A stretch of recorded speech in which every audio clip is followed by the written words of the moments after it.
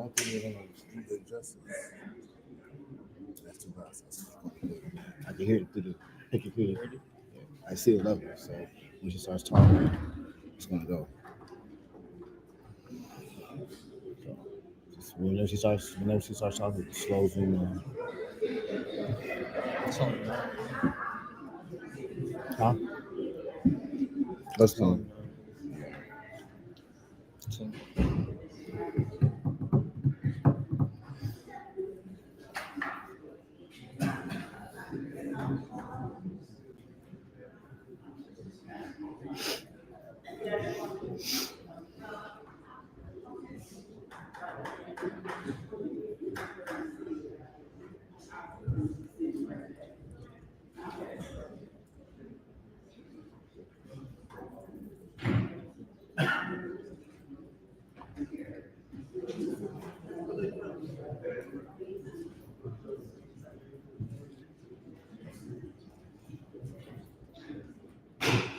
Good evening, ladies and gentlemen. Welcome to the Clayton County Board Got of levels. Education work session. Got levels. Today is November 18th, 2024. It's 6:04 p.m. We have come out of executive session where we discuss personnel matters. I mean, it's the room. It's not us. It's not a. At this time, I'm going to stop the board. It's right. It's low, but it's not. It's the system. It's not us. And if they can't turn it up, they turn it up anymore. It's gonna be. If they turn up anymore, there's gonna be overmodulated. Go ahead and zoom out so the people can see everybody that's here.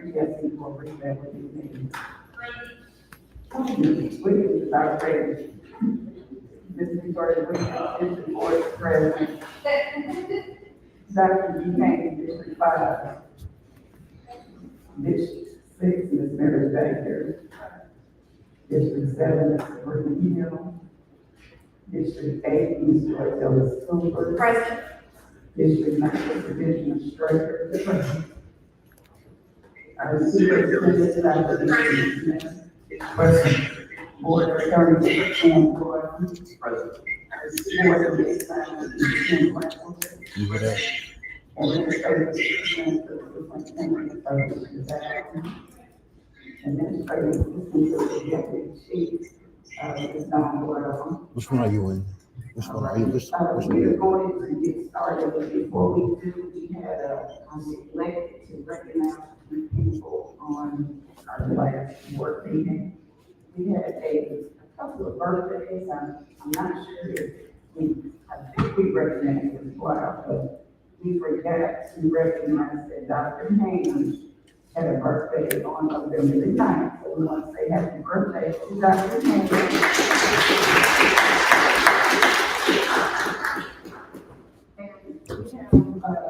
And we have a holiday weekend on the everybody happy holiday season. We hopefully we had some great news. Jonesboro High School Bell will be marching in the Macy's Thanksgiving parade. So I hope that everyone will be having, whatever tourism turn on, to see them come down to the parade in front of Macy's. Also, I'm going to The reason why it's behind us because there's system in here. So on Saturday. that's we're picking up. You see that black thing back there? That's what we're picking up. That's what they got the whole thing. But it's bad. Like this one, that they got the rails is bad. No one fixes it. You can't control it. This is something that we can't control. This is their building. I'm so proud. One of the people that was a friend of it, and I sent her mom email this afternoon regarding what we did in one place. And my granddaughter went to see what I was getting very good at films and always selected the lead and players. It is with other Stuff Clayton County does. They never fix it. They pay for a new system, new audio system. So that's what we do. Niggas. And so she was so devastated that she said she wasn't ever wanted to try out again, and ended up getting the whole play. And the sister one act play is under, they had to do it under 60 minutes. And she didn't have the living part, but what I was trying to let everybody see is regardless of what your role is, you know, people want to be shared, people want to be superintendent, they want to be principal. Those little people within your organization, if you want to be about, recognize how important they are in supporting those ideas. But I'm a little, I'm hard to get tonight, working on my back to the right, I'm a little, I'm hard to get about some friends, and, take a moment, I like to also, we had a student last Wednesday, some of those. I want us to, We're trying to get. I'm trying to say something. because we got to come on holidays and really say I'm calling. children and not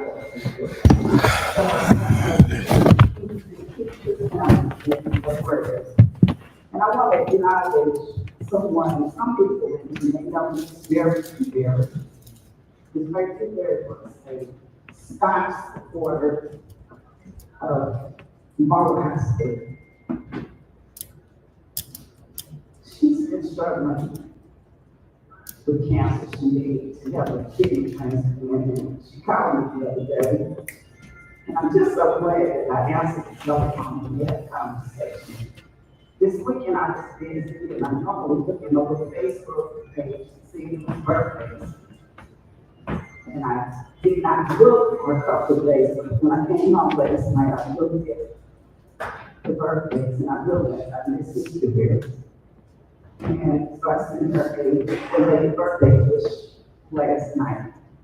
She passed this morning. She was a staunch supporter of the Marvel, staunch supporter of Clayton Jonesboro. There's something wrong with the camera. There's something wrong with the camera. It's switching right here. So we gotta make sure we check this camera. Can you make sure don't put this back? Two sons, graduated from tomorrow. I think one of them is actually officer in the military. And collect seven top schools, trying to get the party for another. There's a camera issue with this camera. It's audio slipping, so we need to put this out of commission. I need to tell you that. No, it's working now, but it's slipped. So it's slipping a little bit. So okay, just letting you know. I mean, I did not thought email. I didn't know if I need to tell you that, or Do you think that's something that I would need? I'm just letting you. That's what I'm telling you. I got it.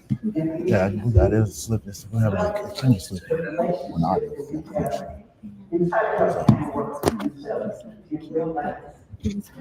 Yeah. It came. Yeah, it just comes down now.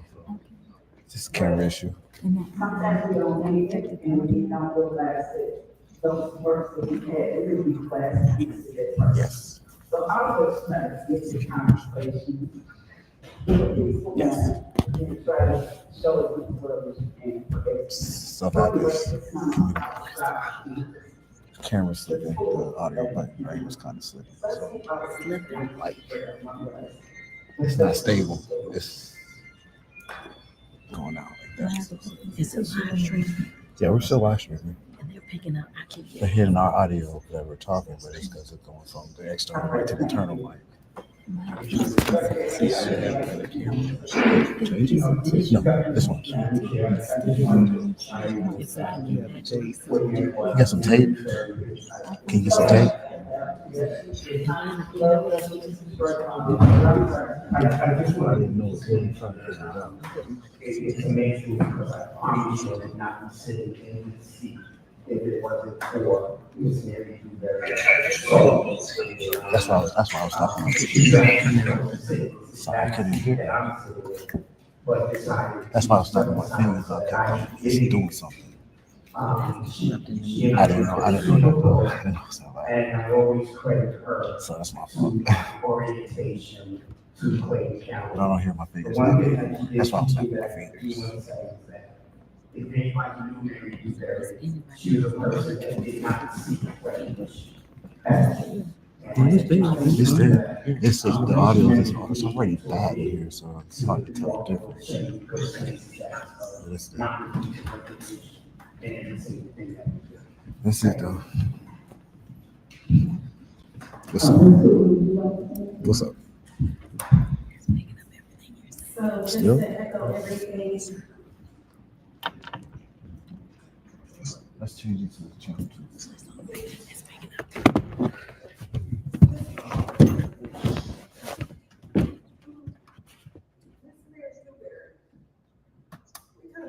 let our past and middle school, so had a chance to, you know, PTA and do the community together, so to kind of hear this, it's heartbreaking.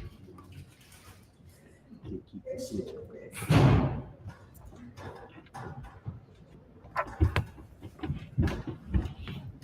and I just realized someone very near to our part that I can get to. This had to happen in my class. I think I forgot to mention it, I found out about it at the end of my last board meeting, so please let's keep our in prayer as well. I'm very crying, I'm sorry. Let us stand, please, and say the pledge of allegiance.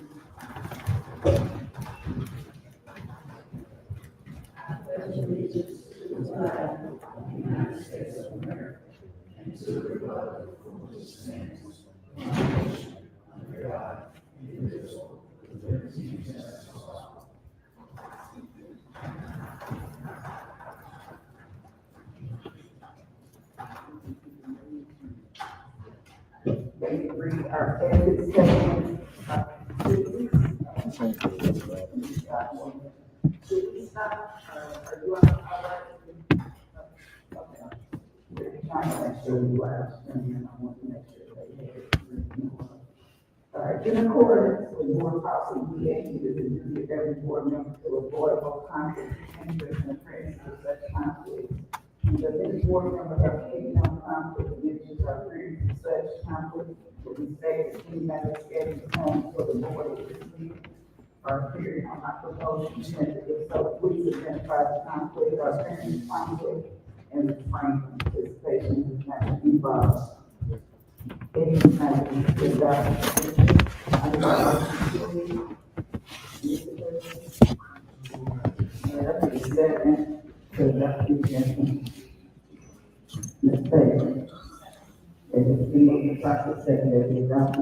Thank you.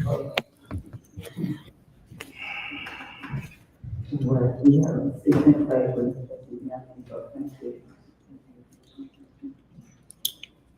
All right, we have recommendations from executive session, and I need a motion for us to approve the easement for Georgia Power, and I will, Ms. Baker. Madam Chair, I think that we set, recommendation for the easement Let's make sure we'll bring this one back. Sorry, Make sure I we need get to done. say, second. All right, it's been moved properly second that we accept the recommendation of approving the easement. For apartment to, and the vote is 5 in favor and 1 abstention.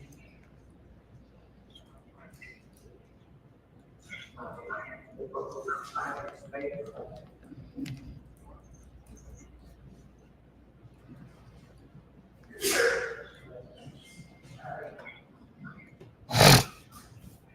Next item on the agenda is an update to the board from Ms. Hamilton. Do you still here?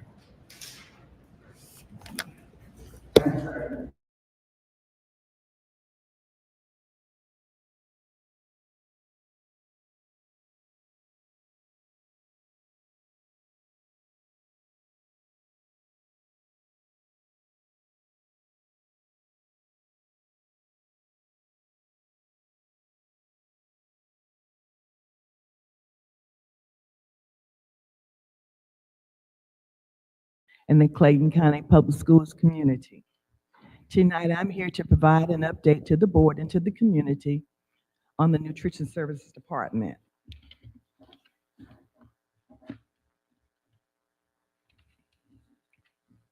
First on my update is I wanted to notify the board that on July 1, 2024, Clayton County Public Schools recertified for the Community Eligibility Provision Grant, better known as CEP. We recertify for a 4-year cycle, and that cycle will end on June 30th, 2028. Clayton County has been a CEP school district for the last 11 years. And on average, CEP is saving Clayton County families $1,035 per child per year by participating in this program.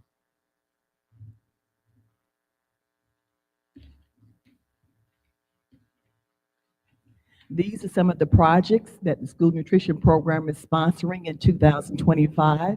We have an RFP out right now to replace aging and unrepairable food service equipment in 52 of our schools. We're also replacing some of our aging vehicles for our nutrition maintenance department. We also have an urgent need to replace 25 coolers and freezers with non-school nutrition funds. Mainly general funds or SPOS funds can help with our replacement of those coolers and freezers.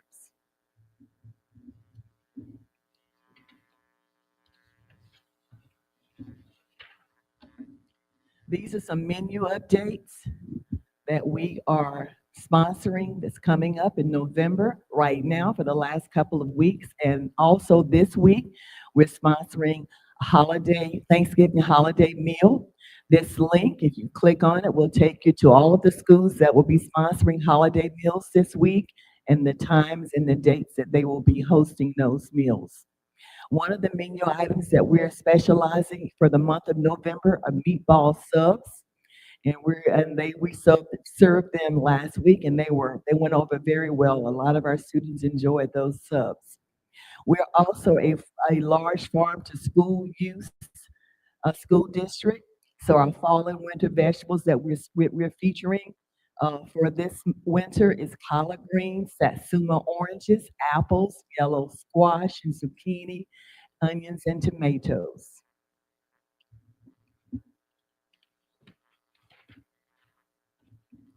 Again, like I said, we are a large farm to school youth school district, and we also follow the Harvest of the Month calendar. If you click on this link, you will see 12 months of locally grown fruits and vegetables that the school nutrition program uses. And one of those vegetables coming up, you'll see is lettuce is coming up in December. And we are going to be sponsoring the Italian chef salad with boiled eggs and crispy homemade croutons. So that's one of our December features using some of the Harvest of the Month lettuce. For our vegetarians, we have existing vegetarian options that we are also serving garden burgers, bean and cheese burritos, buffalo calzones, and one of our popular items is our cheese pizza sticks with marinara sauce. Our students really, really enjoy eating those.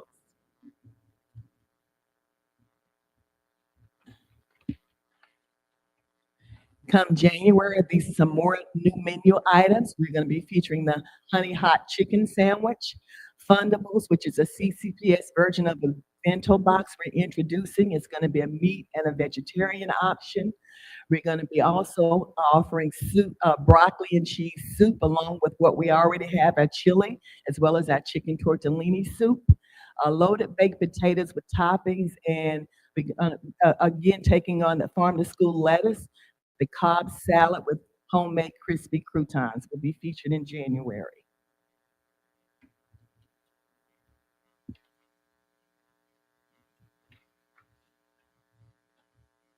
Also, future dates, as we get closer to spring, we'll be offering the slushy treats for our students.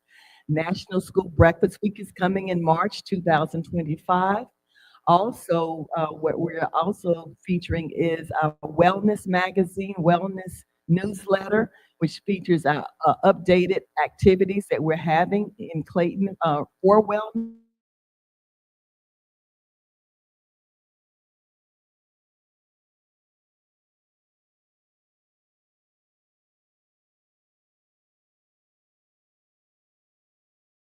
Policy update.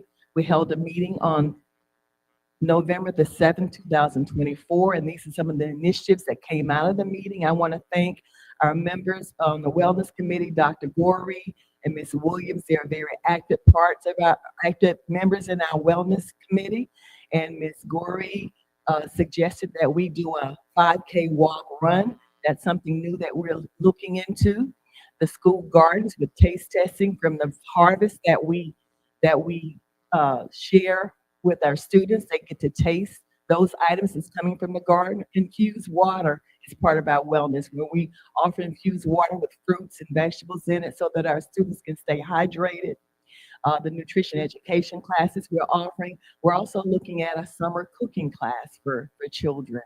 And we're also featuring on-site taste testing for our students to taste new items that we introduce to the menu. And our next wellness meeting will be held in March 2025. And that's all that I have for nutrition updates. I'll be happy to answer any questions that you all may have for me. Ms. Baker. I'm just really excited about all the new things that you're bringing. And I think all of us get stuck in a rut of what we eat. So to try new things, but I was wondering, is there something that the kids can fill out saying, "Oh, I really like this one," or "That one's not my favorite," or something like that? Yes, we are doing another survey. We did a survey last year. We're going to do another survey this year to kind of gauge the students to see what they like, what their preferences are, and continue to build and make sure that we're always offering trending items that students enjoy eating.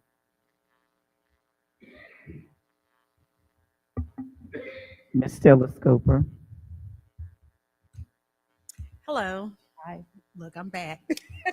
Really quickly, the vehicle replacements, you said 7. What are those? Are they like vans that transport? Vans, yes, vans, service vans for our maintenance. We have our own nutrition maintenance team that goes out to repair our food service equipment.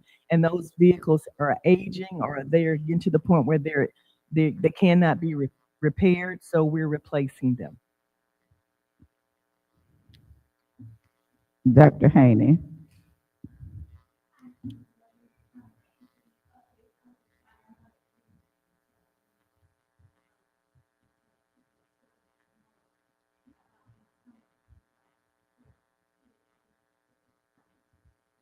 Yes,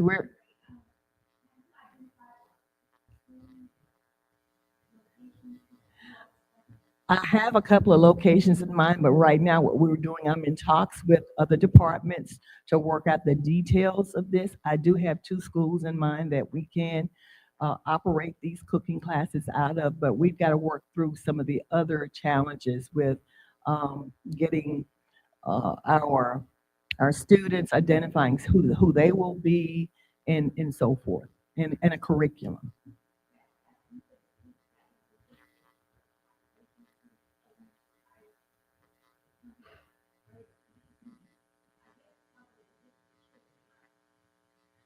Right now, we're thinking middle and high students. I, I wanted to ask you a question. Since you mentioned replacing some things, and you said we're in the RFP process, and actually it may not be a question for you, but maybe finance, because it seems like every time we get in this process, it takes a long time.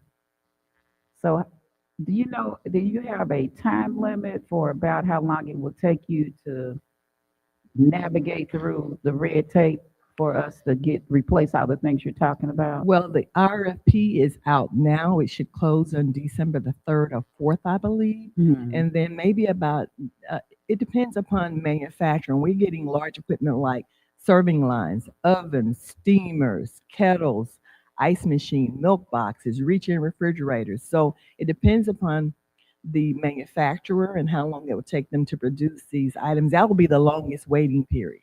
Okay. And then the equipment will be taken out and then new equipment will be installed. Okay, so you're saying it closes in December, Yes.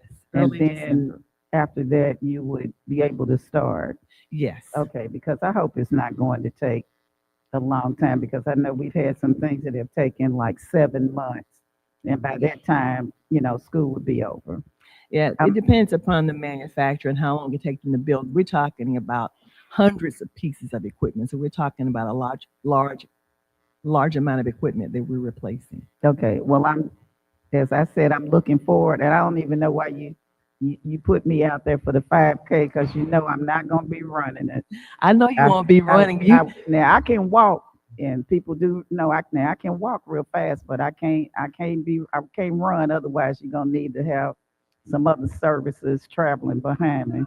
But Yes, ma'am. That was your brainchild. You mentioned right. it, so we're going to see if we can make it happen. Right. And the other thing that I wanted that we had talked about too, I was saying maybe we need to have some incentives too for our staff. Maybe when Dr. Pulliam was here, she gave everybody pedometers, but that was before we have these cell phones that can keep up with your steps. So maybe we might need to have a little contest too for some of our staff members to see if we can take some steps and maybe some pounds off because it's that holiday season. And I even noticed myself, some things started rubbing, and I don't want to create any fires, but I can't wait for, I love the holiday season. So thank you so much. And everybody should, if you all haven't been in our schools and seen what Miss Hamilton and her team has done for uh, our cafeterias, have we completed all of the cafeterias? Yes, that project is done, so we're on to the next. Okay. And I'm always teasing Chef about, so I might try to get in one of them classes because I can't cook. We were missing some gravy just a few minutes ago with this meal, and I had to get Mr. James to go get some. Now, Mr. Colgert told me I should be able to whip up some gravy, but I told him I don't cook and I can't do gravy. But anyway, thank you so much. Thank you. Okay. Yeah, thank you, Miss Hamilton. Glad we got that gravy. But anyway, if I could get Mrs. Nina Packer, she will be providing an update. Nina Packer is the executive director for our Clayton County Public Schools Foundation. Along with her is Mr. Hylam Tedeschi, who is the chairman for the Clayton County Public Schools Foundation. Welcome. Thank you for being at our meeting tonight. Before Ms. Packer starts, we did not mention that she also recently had a birthday on November the 7th. So we want to say happy belated birthday to Ms. Packer Thank you as so well. much. Thank you so much. And thank you, Dr. Smith, for that warm introduction. Greetings, Chairwoman Gore-Reed, Vice Chair Straker, fellow board members of the Board of Education, our cabinet and community, and of course, Dr. Smith. I am Nina Packer, and I'm the Executive Director of the Clayton County Public Schools Foundation. Is our slide. Could you introduce the other board members I see that are with you tonight? Thank you for giving me that opportunity. Of course, our chairman, Mr. Hylam Tedeschi. We have Dr. Rosemary Green. She's here. Then we have a guest with us, one of our professional service advisors, Mr. Jared Loholt, who is attorney for the foundation. Okay. And I believe you all have the presentation for us. Wait a minute. I think so. We just need to. While we wait. Just a moment.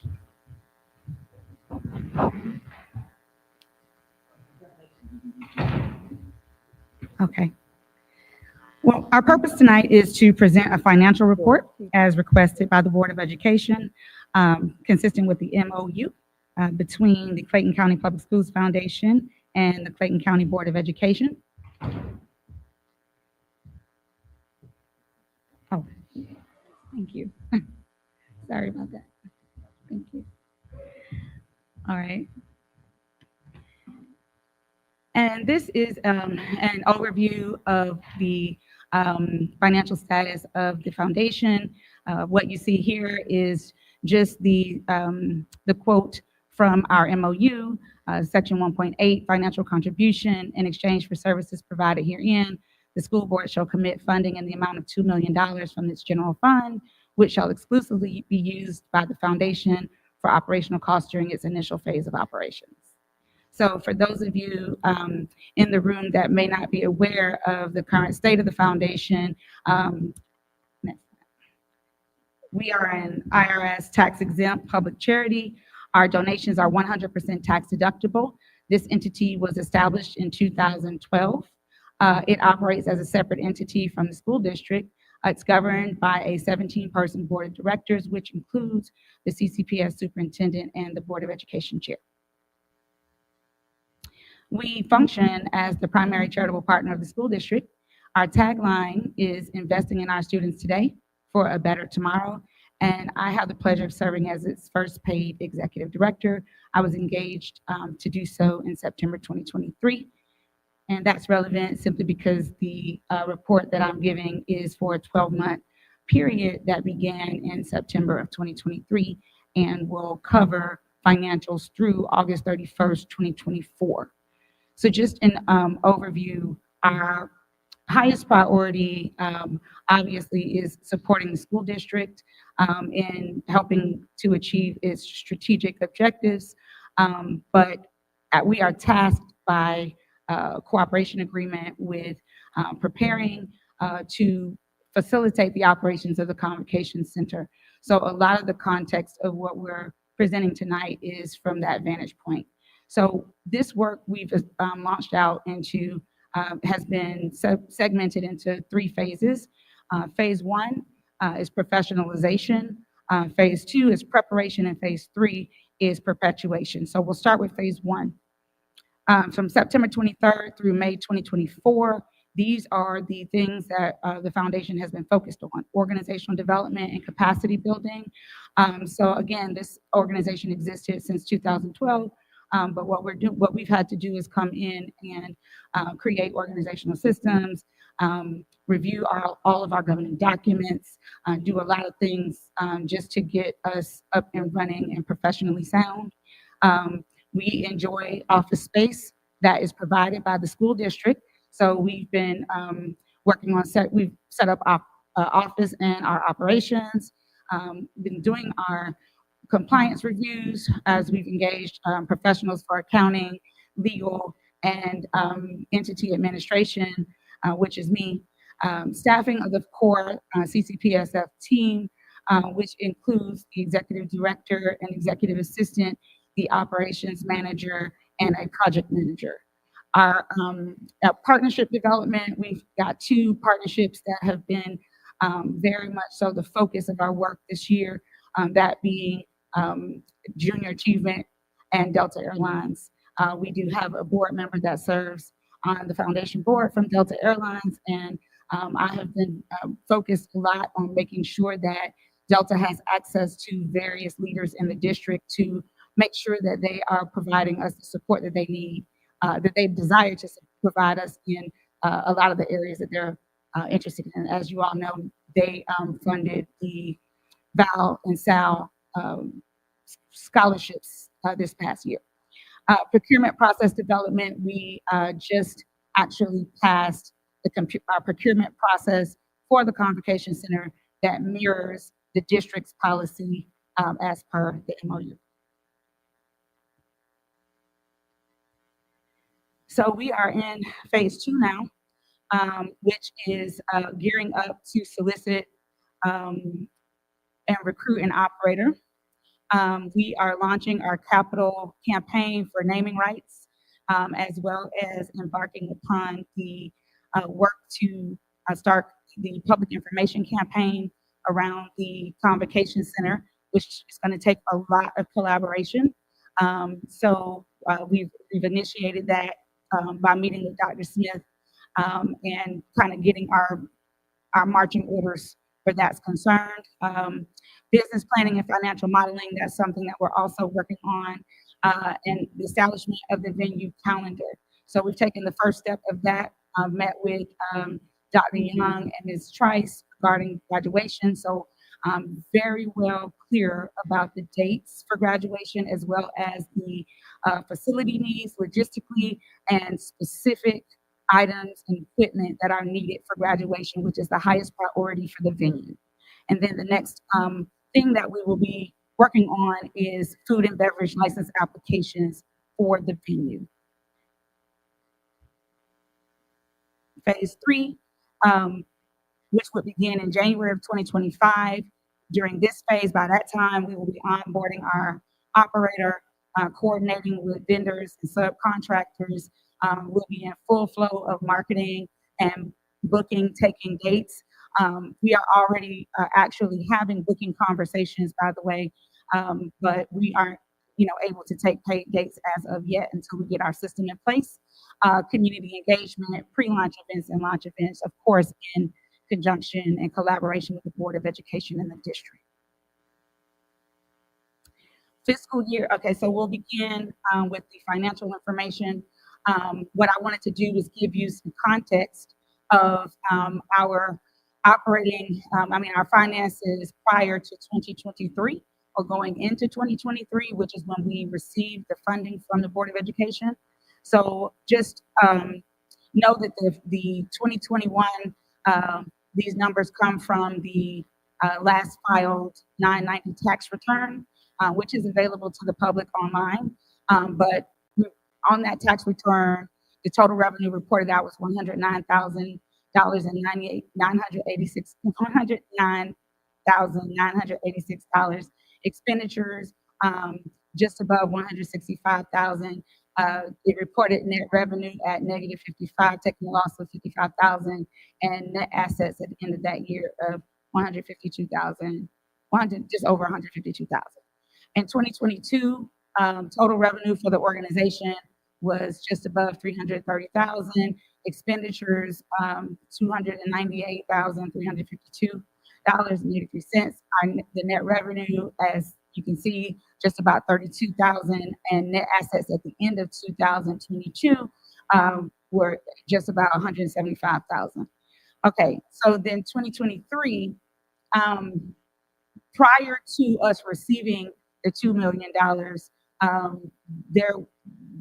the numbers were pretty much on par with here, just above. And then we received funding from the Board of Education that is for $2 million. We also received $1 million in marketable securities from an individual donor.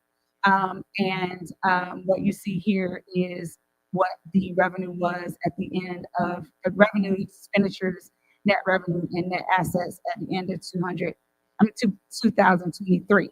So we went from being just about a organization that grossed about 300,000 or so, or a little above 300,000, to a $3 million organization, $3.2 million organization. So that requires significant scaling. All right, so this is the income statement specifically for the $2 million for the Convocation Center activities, and the expenditures that we attribute to startup costs are accounting and compliance, payroll, and general administration, which totaled up to $310,278.58. Our net operating revenue was just about $1.7 million. So that's what came in and is net revenue after expenses. Other revenue is reflected as the interest earned on that particular funding. So we earned just about $50,000 in revenue just from investing the funding that we've not used yet in a money market account. And what you see there is the total net revenue remaining from that fund. All right. This is the balance sheet for the time period of September 2023 to August 2024. And this is just basically showing an overview of our assets, our liabilities, and what we have, our net assets. So right now, the net assets of the Clayton County Public Schools Foundation is about $2.9 million.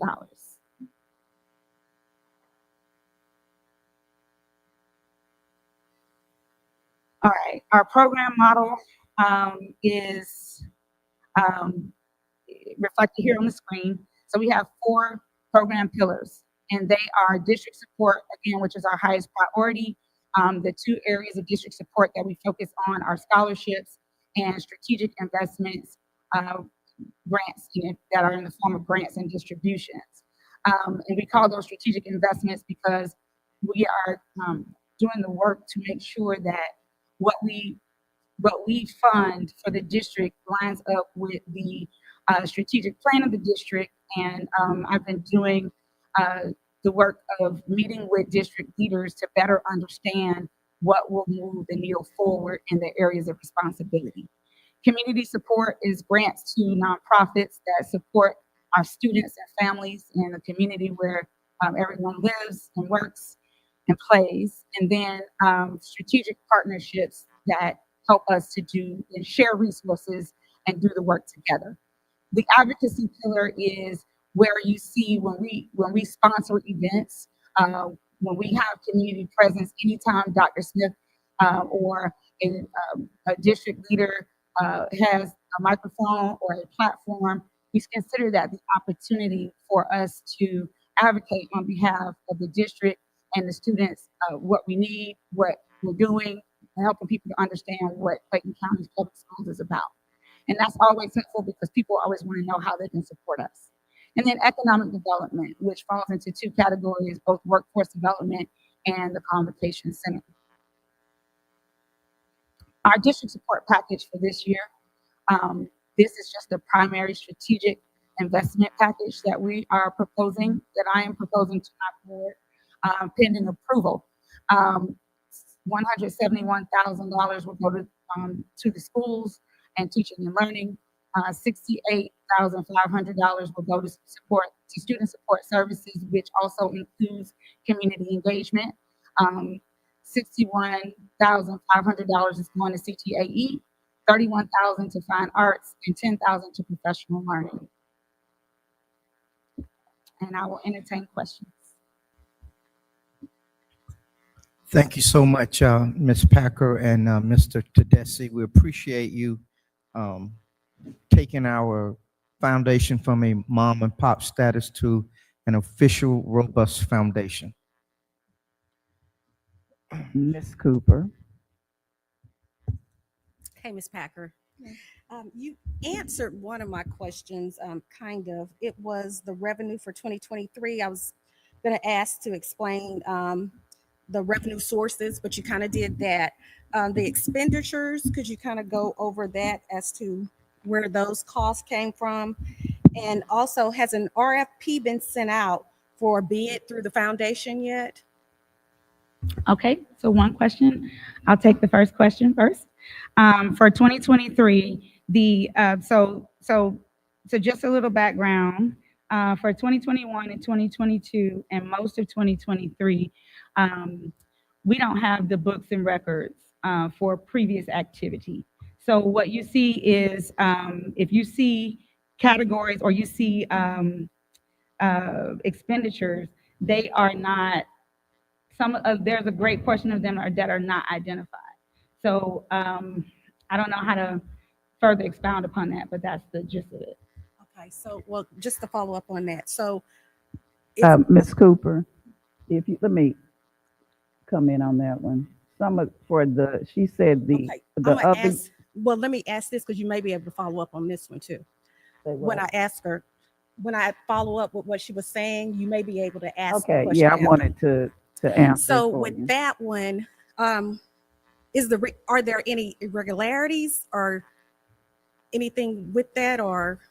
Well, I think is it something you can send to the board? Yes. What we could do is probably prepare a written report that could answer some specific questions. And I think we sent over a request if there were more specific things that board members wanted to know, that we'd be happy to prepare a written report. And if you've done an audit, if you could send that over to us. We haven't initiated an audit yet, but if the Board of Education requests that, we would have to do that. Okay, I'll get with the board. Madam Chair, Ms. Tels Cooper, can I intervene on a point that you all raised?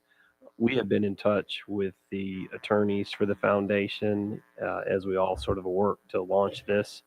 And that was a question they had for us, and that is if board members want to see different information or more information, certainly you can let me know and we'll be in touch with them. That was a gracious offer from them as we just kind of start all this and take in your first presentation. So just let me know, send me an email if you need to in the next couple of days. Thank you. Well, I want to just, along Ms. Cooper's question, I mean, I did send some questions, and I talked to our chair about who would answer questions. So are you now saying that if we have questions that it needs to go through legal, or well, basically, I think what the board needs is that we need for someone to let us know the proper channel to get information, because I just wanted to follow up with her response and the question about, the information that Ms. Packer is saying she doesn't really know. She was not the executive director, but I want to be clear about the money that was spent. It's mainly money that we earned from our golf tournament, and we were giving that money to our students. So that's mainly a lot of where that money, so that was prior to her. Yeah, For the you 2021, started, 2022, when did you? So my contract began on September 1st, 2023. I probably got access to the funds in maybe second week of October of 2023. Pardon me? For the golf tournament. What about it? Say what you said again, Ms. Goree, about the golf tournament. I said that the money that she didn't come on until, let me see, as far as what you presented to us, September. I believe would have been the 2023. That was under you, correct? Yeah. So everything prior to that, the 2021 and the 2022 would have been before we had an executive director. And mainly a lot of that, those expenditures was, for our scholarships that we gave away at the, at our commencement services, and then other donations that came in, because I'm trying to think, when did you take over? When did you? Yeah, and so that was at the time when Dr. Beasley was a part of the and Mr. Smith. So that's right. No. 2023 is when she started, because one of the things that I wanted to point out that you gave in your report is that you said that the board gave you $2 million. We did. Yes. But we also want to be clear about that other $1 million that you said came from An individual donor. right. Actually, that's really our money as well, because that came from the sale of North Clayton High School. And so therefore, technically, that was still our money that we allowed to be given. So I just want to put that out there, in that we could have kept that money ourselves, but I know it was from another donor. But I need everybody to understand that our properties belong to the board. So that's where the money came from. So you can say it was a donor, but it was really money that we did agree that should go to the foundation. So. Great, thank you for that. And again, good evening. It's an honor to be here with all of you. Thank you for giving us this chance to share the story and how we're progressing forward. And certainly my condolences to all of you, the families and the community as we kind of go through this healing process. I just want to make one just simple point, in that every dollar that's in this foundation belongs to the community, belongs to the school, belongs to the board, period, right? So this isn't the foundation's money, the board's money. It is literally meant 100% for the community and for the children. It doesn't matter where it sits, that's where it's going to go. All right, all right, did you have another question, Ms. Wilson? No, she was saying she would answer your questions one at a time, so Yeah. did you answer her second one? She had a second question. Yes. Yes, we will. Okay, And so Madam Chair, just in follow-up, the information could probably be gathered in any number of ways. I was just offering to organize information to keep the flow very straightforward. It could be done other ways, but we've been in touch with the attorney, so it just seemed easy. we wanted to, that's what I'm saying, if I had asked him a question, but if you all have a better way, because I guess this was my thinking, because they actually have their own board and they answered to us. I wasn't really sure, what we could ask. And so therefore I was, if they want to share, because, we're trying to be transparent. I wasn't sure that when we ask questions, what the procedure would be anyway, whether it should be, when you put this in our e-board, you can expect a lot of questions. So it's probably what we do when we have questions, presentations, we usually send our questions to Dr. Smith, and then he has his team to respond to us. And so that's what I was trying to figure out, because, we're not trying to surprise anybody, but we are very inquisitive about when we're talking about some dollars. And I think, so if you yes, all, ma'am. you all can collectively, if you want to get together. I'm then- thinking as part of the launch is what I'll call it, that we would be doing that. But then as soon as possible after that, I would recommend that it go through administration and the superintendent level, et cetera. Okay, well, we just need to, this is our first time, so just write it up so we'll understand, what the rules of engagement are. Ms. Baker.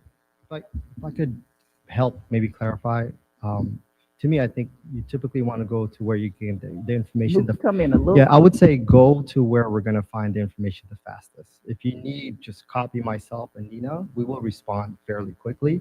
And if we need to include our attorney and our legal counsel, we will do the same. So our legal counsels are in constant communication with each other, but you can also field questions or request information directly to me or our executive director. My goal is to make it as easy as possible to gather information and be able to get it to you. So I want to make sure that those channels are available to you as well. Okay. Miss Baker, and I see you. Yeah, no, I just want a clarification on that. Go ahead. Yeah, Clem, were you telling us that you preferred a communication in which it goes through the attorneys and then sent to us as opposed to going directly? Really, I was eliminate really chaos. only following up on the communication we had with the attorneys a couple days ago, 2 or 3 days ago, where they asked, would you or the board like this presentation in a different format? Would you like more information? And so I was really just, and Ms. Tells Cooper's first question was kind of on that topic. So I was trying to come up with an easy way here in the next couple of days for you to give input that, and we had some things we wanted to suggest as well. I was just going to batch it all together and convey it over on a go-forward basis. The attorneys don't need to be really involved with that. Okay, so it looks like it's going to be kind of a collaboration. Yeah. Because what we want to do, because since we keep talking about this agreement, is that I want us to follow the agreement. Yes. And the agreement clearly states that we are supposed to get some reports. Yes. Because so that's mainly what we want, because I am about to ask a hard question later, so but I'm gonna let everybody else ask their questions first. Okay. Yes. I appreciate this. I know this is all new for all of us. I appreciate that we have the foundation that people in the community can make tax deductible donations, because I love anything that goes for our kids. So I want to make that clear. I was wondering, it doesn't have to be tonight, if you could give us an idea of the large donors, and do they specify where they want that money to go? Yes. I'm not worrying about the people like me who send you $50 or something like that, but the large donors, are they putting limitations on it or anything like that that we need to be aware of? That is a great question. So one of the things that we've done during the professionalization phase is we've become a proud member of the National Association of Education Foundations. So we rely on that entity to guide our professional standards. But just one standard practice of nonprofit management in general is honoring donor intent. So it is very important that when a donor sends money to this foundation, especially for major gifts, that we identify what they intend for that money to do. And we have to operate in that way, right? So for example, when the donation of marketable securities came over, I insisted on us having receiving a donor intent letter from that donor before any funding was transferred. And it specifically states, and I can provide that document to you, that it is for general use for the foundation. When it comes to Delta Airlines, which is one of our other major donors, and they're going to be an even bigger donor soon, they definitely send over specifications, and I have that information as well for what they funded in 2023, from the 2023-24 school year and 2024-25 school year. So they're very detailed. Dr. Haney. I think it's accurate. Sir, my question is there some, based on what you've given us as the funding here, what is the current balance right now? I don't have that in front of me, but I can email that to you tomorrow. And actually, we have 4 accounts. So we have multiple accounts with our primary banking relationship. So there is what we call an operating account. There's a scholarship account, which hasn't been funded yet. There's a convocation center account, which would be a convocation center operating account. But rather than have funding sitting there, we have it in our money market account where it earns about $5,000 in interest per month. And then we have the funding that came over with the marketable securities. We immediately reinvested that funding in a money market account with a more aggressive investment account. So we receive about what is that? The APR on that is about 5.3%. So we earn, when it came over actually as $1,077,000 on that funding. We have earned about $220,000 so far, and we earn about $5,000 a month on that as well. So one of our primary strategies is good, shrewd management of our investments so that we're making money passively. Okay, and then along with that, what we're asking for is to do that. Sure. Yes, sure. Go, Joy. I'm gonna go with you, and then I'll go back to Ms. Cooper because we're trying to let everybody that hasn't ask a question. No problem. Ms. Packer, you stated that you guys are doing procurement development now, that you're putting that in place, correct? Yes. Okay. Was the RFP 014-25, which was last Monday, was that under your organization or our organization? I just became aware of that. And so it was not put out by our organization. Okay. Will in the future, will you be managing the RFPs that go forward? The MOU states that we will. You will, okay. And lastly, where are you at with your food and beverage license application? We haven't initiated that yet, but our How long attorneys, does that usually take? I'd have to defer to our attorneys on that. Okay. But I can include that in our written update. One last question, Ms. Corey, and according to this RFP, I guess not asking you, but Dr. Smith, according to this RFP, it'll be finished January 8th, correct? That is the date we're shooting for, and it's moving January through 8th. the process. Which indicates to me that we wouldn't have an operator in place till approximately March. Does that sound about right? I want to say February-ish. How could it be February if you guys are just getting a committee together in January, and then you got to make a decision on that operator, and they will have to do some sort of organizing before they get started, correct? Yeah, and of course we'll bring it to the board, whomever emerge out of the RFP process. for the board to. The reason why I bring that up between the foundation and ourselves Mhm. is because if my estimate is right, which I put a couple of dollars on that, we'll get started in March. Do you guys have enough time to actually begin to operate with a break-even philosophy during that time when the operator is just going to come in effect in March? We don't have a choice. That's what we must do. So, I mean, I come from entertainment industry. We stand up companies in 30 days. So, I don't think that that is too ambitious for the team that we have. Thankfully, we have funding that allows us to be able to utilize the resources that we need. So I'm pretty confident that that's the case with high levels of collaboration and cooperation, which is why we initiated the conversations between our attorneys and yours, so that we can fast track that. Yeah, one thing I'll add to that, and thank you for those questions as well, is one thing I'll commend Nina and our entire board, and with the support of our chairwoman as well as our CEO, is we have established a foundation over the last 12 months built for scale.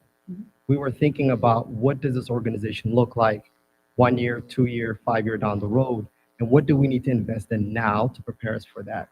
So although it will be difficult and challenging in a short period of time and compressed, we feel confident as long as we continue the partnership and that collaboration and the foundation that we've already established, we will have a higher rate of success. And I just want to commend Nina and the team for doing that. Thank you. And also, Mr. Strick, you mentioned break even. We're not looking for a break even, but every day that the arena opens and we don't have concerts books, I consider that a loss of revenue.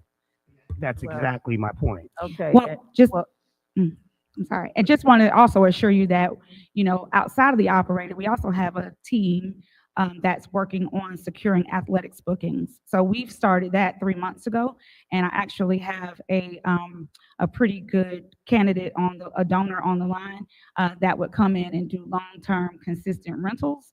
I can't wait to provide you all with that letter of interest. Our attorneys are working on the letter of interest. Well, you mentioned beverages, and I guess I want to legally ask, since it is school property. Now, who would that license be coming through? Would that be coming? I know we say the foundation is the operator, but we keep forgetting that there's a third party in this. So would that actually be? Yeah, it is a third party because the county is also a part of this. So is that coming under the county? Because I'm not sure. Can we have a license? My recollection was that the operator would handle that. Yes. Okay, so The foundation or its operator, but it would not be the school district or the county. Let's be clear. Is it the foundation that will be applying for the food and beverage license, or will it be the operator that comes in after the RFP? yeah, see that's I was going to say, It is my understanding that all of that will be handled by the operator, because we want to try to be as far removed from right. liquor license and all that kind of stuff as possible. And one last question. I'm so sorry. I'm sorry. One last question. With that in mind, the name of this arena, the naming on this arena, will Clayton County Public Schools be listed anywhere on this arena? Because I don't want it to be listed anywhere on the arena. I think those are things that we have to work out with the Board of Education. Yes, take that into There's the consideration. bold aspect of the convocation center. There's a conference center. There's a junior achievement discovery center. There's other aspects other than the big bowl that will handle concerts and all of that. That I'm sure you will see some Clayton County remnants somewhere at the venue. But as far as the responsibility for all of the stuff like a concert, that will hopefully be all under the authority of the operator. Yes. All right. I'm gonna come back to Ms. Cooper. Are you, Ms. Cooper?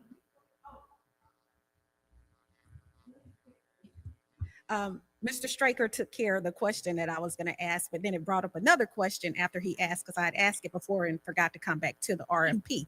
So what I heard was you just found out about it. So now my question is to Dr. Smith. So Dr. Smith, now you will work with Ms. Packer to, I guess, catch her up on what's going on with the RFP. Yes, Ms. Packer is intimately involved with that. And she's also a committee member, et cetera. So she'll be very aware of how the process is bearing out. Okay, I'm glad you all brought that up because that's another issue as well. Committee members. And I think we need to run this through legal. I think I asked for you all to provide that information to us. I know I said it somewhere. We need to see the RFP. Now we know it's somewhere on our site, but if you all could be so kind, whoever's doing it, to send the information to the board, because I'm gonna have a big concern about who is on the committee. And I do believe that the board should have oversight over that, because as I stated before, I have issues with RFPs that we've been utilizing with other services, such as, I'm gonna just talk about construction. We've had people on the committee, not one person on the committee knew how to build a birdhouse. And we're not, and see, That's not true. yes, it is. So if, well, don't, maybe I need to call these people up and see if I give them the parts of a birdhouse, if they can do it. But the question is that there are some of us that we put our heart and soul into this. And I know our foundation board is putting their heart and soul into it, and we want this to be a success. So on that committee, I hope that there are people that know about running the something to this nature. And I actually, when we just had our retreat, we made some suggestions about some people that might need to be on the committee, such as maybe you need to go over to Clayton County government and have somebody that does concerts sitting on the committee. Maybe you need to go to the Stockbridge and ask them. Matter of fact, I actually ran into someone at the conference that I just left with V103, because we really need some people that are sitting around the table that know how to do this. We don't need teaching and learning, making a, judgment. We don't need Jesse Goree, because I don't know what to do other than, long as I go to a venue and they got some popcorn and a Coke, I'm happy. But we need some people that actually know what they're doing, because we don't want a failure. And Mr. Straker brought up a point about break even. Now, this is my question, because we're looking at your report, and I think I would kind of like a little estimation as to break even, because we gave you all some money. And I actually had a bunch of questions about, other than this, what we're doing with the convocation center. I think I've asked some questions maybe you all didn't have enough time to answer, but I'm interested in knowing right now what a list of events that you all have that you're working on, because what I'd like to know is when we'll get our $3 million back, because to me that's break even. Because those $3 million, I think that should be maybe one of your goals. And we've given you seed money, but I think most of the time when we give somebody some seed money, we expect something back. So, is that in your plan? And then one of the questions, you have listed funding some of our activities, but I was curious as to whether or not the foundation funded the Employee of the Year Gala this year. Yeah, I could take the first question around, returning the initial investment or the initial capital. According to the MOU, there were no stipulations asking of such. That's something we probably need to discuss further. That is a significant amount of money. And we know there's going to be significant revenue being generated from the Convocation Center or possibly other fundraising or grant opportunities. So we would need to look at that closely. But initially, we didn't have an understanding that the money would be, given back to the Board of Education, if you will. But if that is something new that we need to discuss, let's table that. No, have a I separate think, discussion. can I answer that? I put it out there as, would that be one of your goals? Because I think we might be able to get enough revenue. I mean, I think if somebody gave me some money, I would be thinking along the lines of, at some point, you know what, we could really, if you know, if we're doing it the right way, I think it could happen. I mean, I'm not saying that you need to do it, but I'm just saying, is that a consideration? I'm not saying, hey, first concert, give us $3 million back, but it would be really nice if y'all walked up in here maybe in another year Well, and said, hey, Ms. Goree, you keep talking about that money that we gave you. Guess what? Here, look, bam, like we Let me be space. clear. You see what I'm saying? First of all, we had an impact study that was done by a very reputable company that gave a prediction about the potential in terms of revenue that could be generated from that arena. And it seems to be pretty robust. And you know, and so it's a entertainment market in Atlanta, and we feel like we got a venue in place that can take full advantage of that. All once a operator is determined, and in that process they bid based on what they could generate and what they would share relative to the revenue generated, and we accept that or not, and whatever that amount is, the board gets the overwhelming bulk of it, I believe, to the tune of 85%.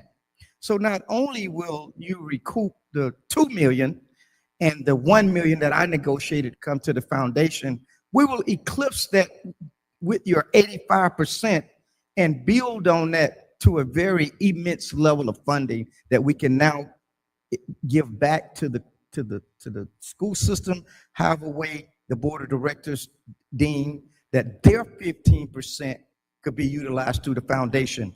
But 85% of everything that is generated over there comes straight to the Board of Education coffers that will eclipse 3 million, hopefully within the first year, quite easily. So is that a yes? So the projection per the report. Super yes. Yes, Right, so the thank you. report that Dr. Smith is referencing, I just want to put on the record, is 10 to 16 million dollars a year in revenue. Okay. Yeah. So that's all I was asking. Y'all could just say, look, bam, we playing space. Look, you keep talking about that money. Here's your money right here. That's the first thing we're gonna do. We're gonna write you a check, and here's your money. Here's your money back. So Ms. Goree can't say nothing about that anymore. But I'm back to the other question about the gala. Yes. Did we support the gala, and how did we support it? How much money did we use to support, I mean, the Employee of the Year event? So we did not support the Employee of the Year event specifically. We have designated funding for community engagement at the level of $25,000 that's going to go to Mrs. Rice's department, Dr. Rice's department, for several events that she has going on and programs and projects that she has.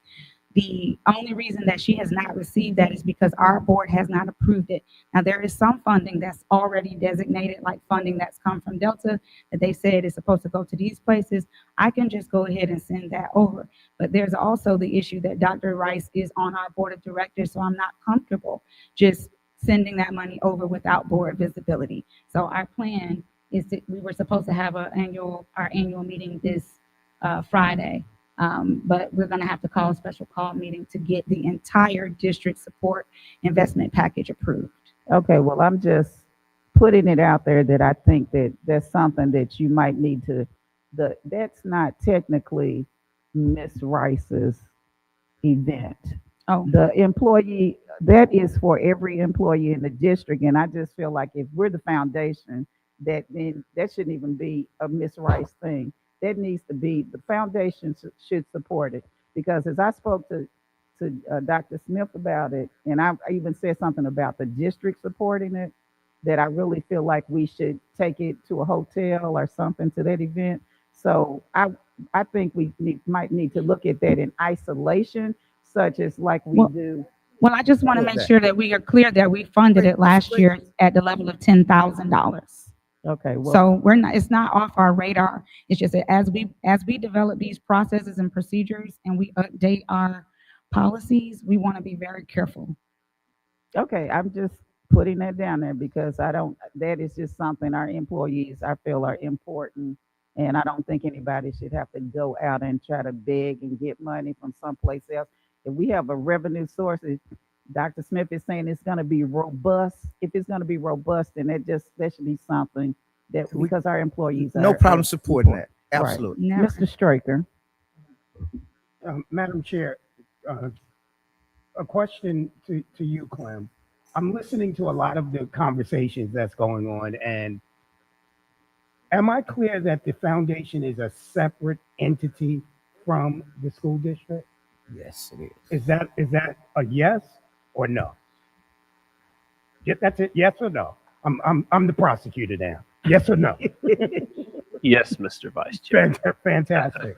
If that's the case, the conversation that we're having right now is really not a conversation that we should have here because she makes the determination on how that money is going to be allocated based off of the fact that she's heading that entity, which goes back to Ms. Goree that sits on that board.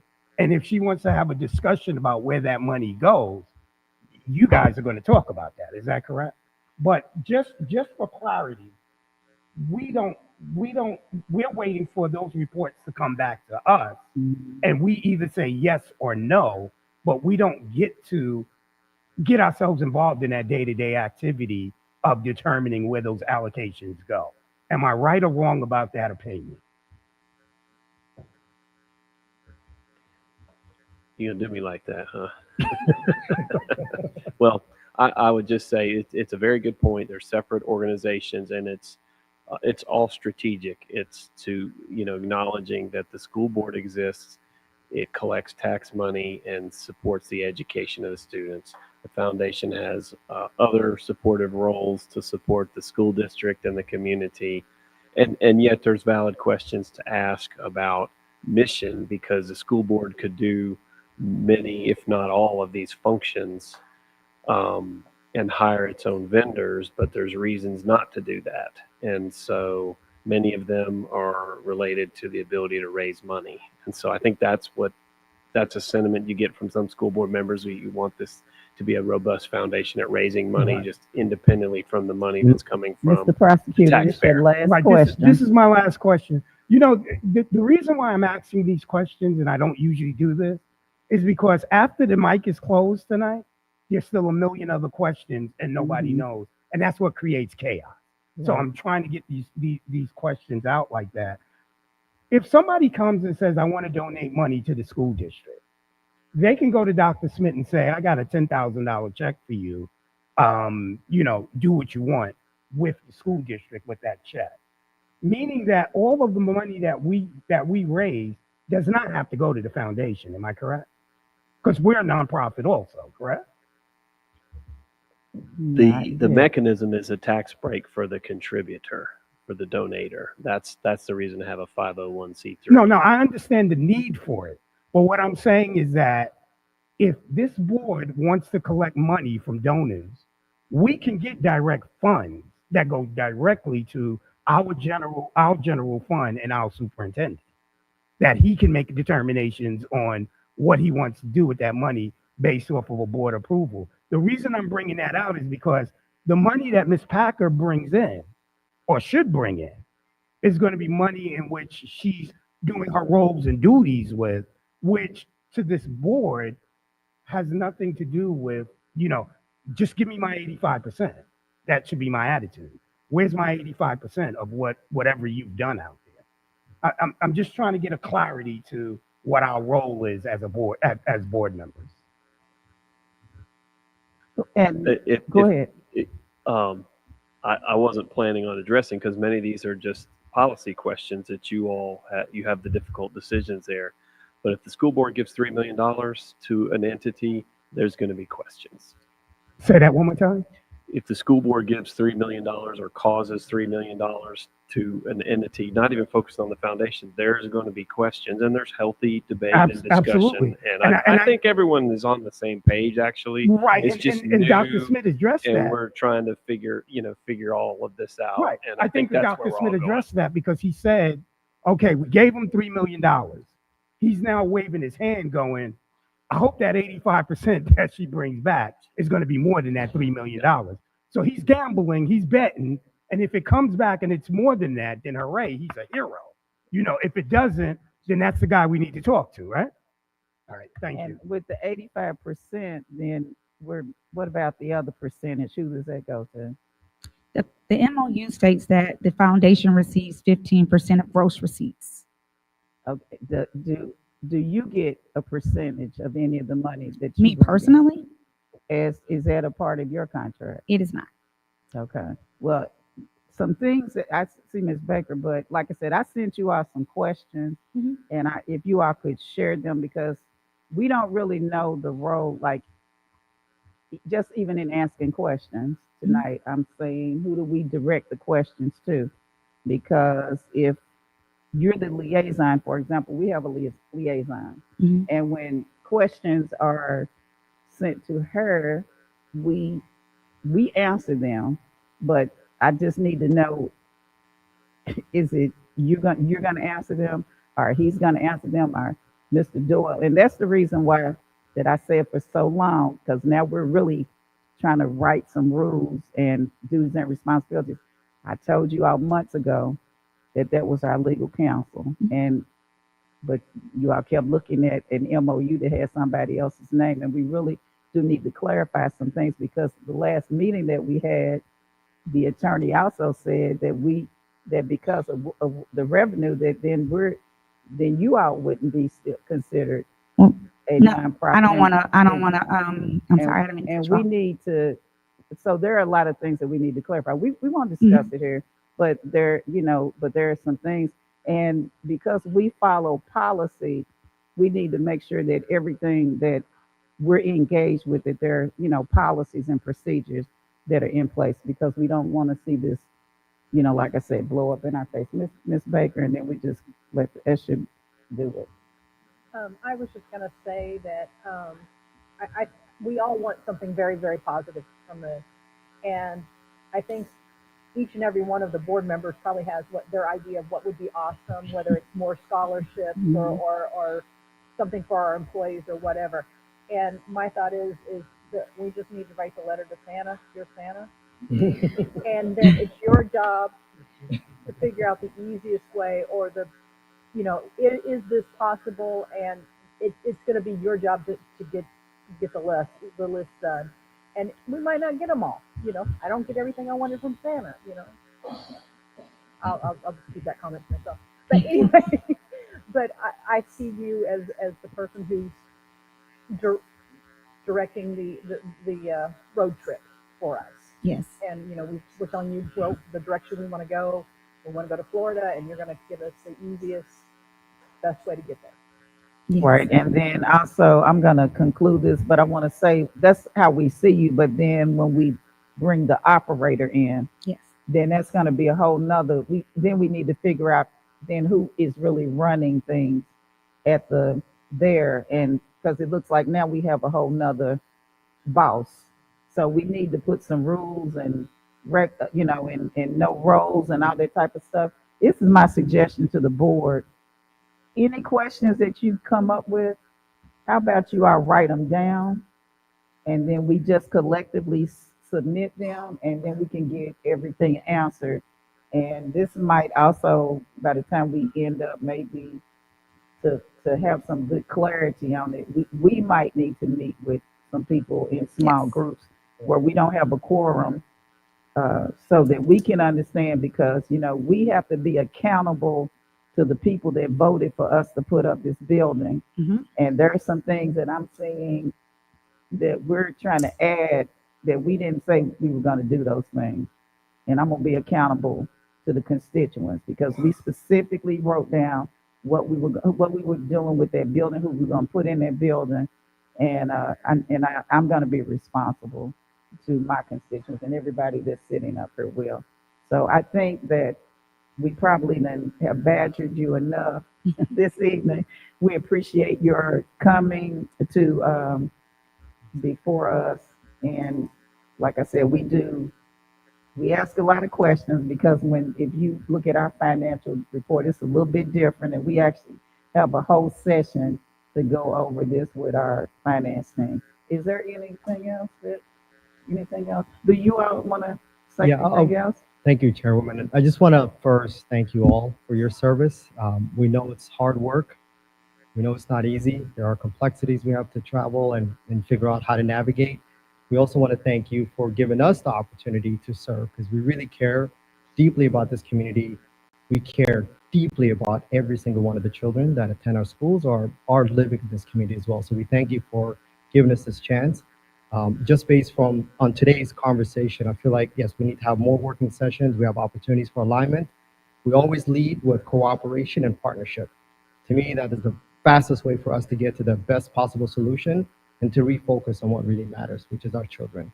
So thank you for allowing us And to be able to before do you that. go, I want to say one last thing. The next time you come before us, what I want us really not to be talking about, I know he is not saying anything because he has been the prosecutor for quite some time.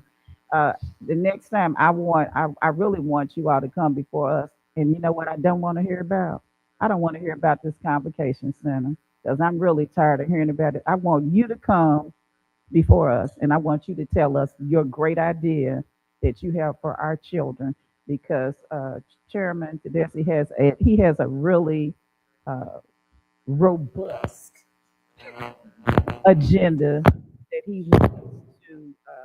Okay, I guess it's telling me to be quiet. Yes, it is, I believe. That he wants to present, and we want to Yes, see that in play, absolutely. and we not talk about this place. I just want the place to be open and all that type of stuff, but we really want the foundation to focus on working for our children. Yes, Thank you indeed. so much. Thank you, Mr. Chairman. Okay. Thank you, Oh, Ms. but you Packer. know what? I really don't leave because there is something else on the agenda that we might need to ask you about. Okay? Thank you. Thank you. Thank you, Madam Chair, Mr. Vice Chair, members of the board. At this time, we'll get updates from Business Services, Ms. Ramona Bivens.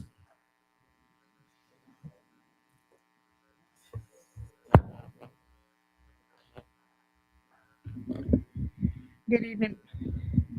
Good evening, Madam Chair, Mr. Vice Chair, members of the board, Superintendent Dr. Smith, colleagues, and community. This evening, I will be giving an update on the financial report, the current financial status of the school district. Huh? You can't hear me? Is that is that better? No. Is this better? Yeah. Okay. So I don't want to touch this with my lips. I'll be giving the current financial status of the district as of October 31st, 2024. We've collected 13.3% or $93,744,000, about 707 93 million, yeah, $744,407 of our $707.5 billion budget. 1.8% of that was in local taxes. We did receive a check. I just was advised by staff about $20 million of our property taxes. As you know, the tax bills are due in November, so that'll be reflected on the next month's report because there's a 1 month lag.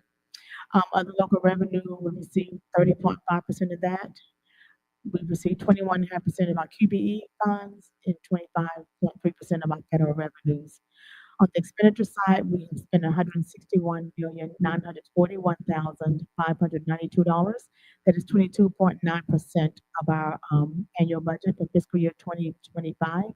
And we're 1/3 through the year, so that would be like 33%. So we're trending under in our finances, in our expenditures. Any questions on the financial report?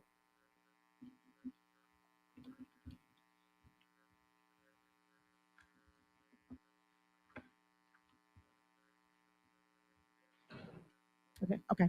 Next, we have the SPOS report.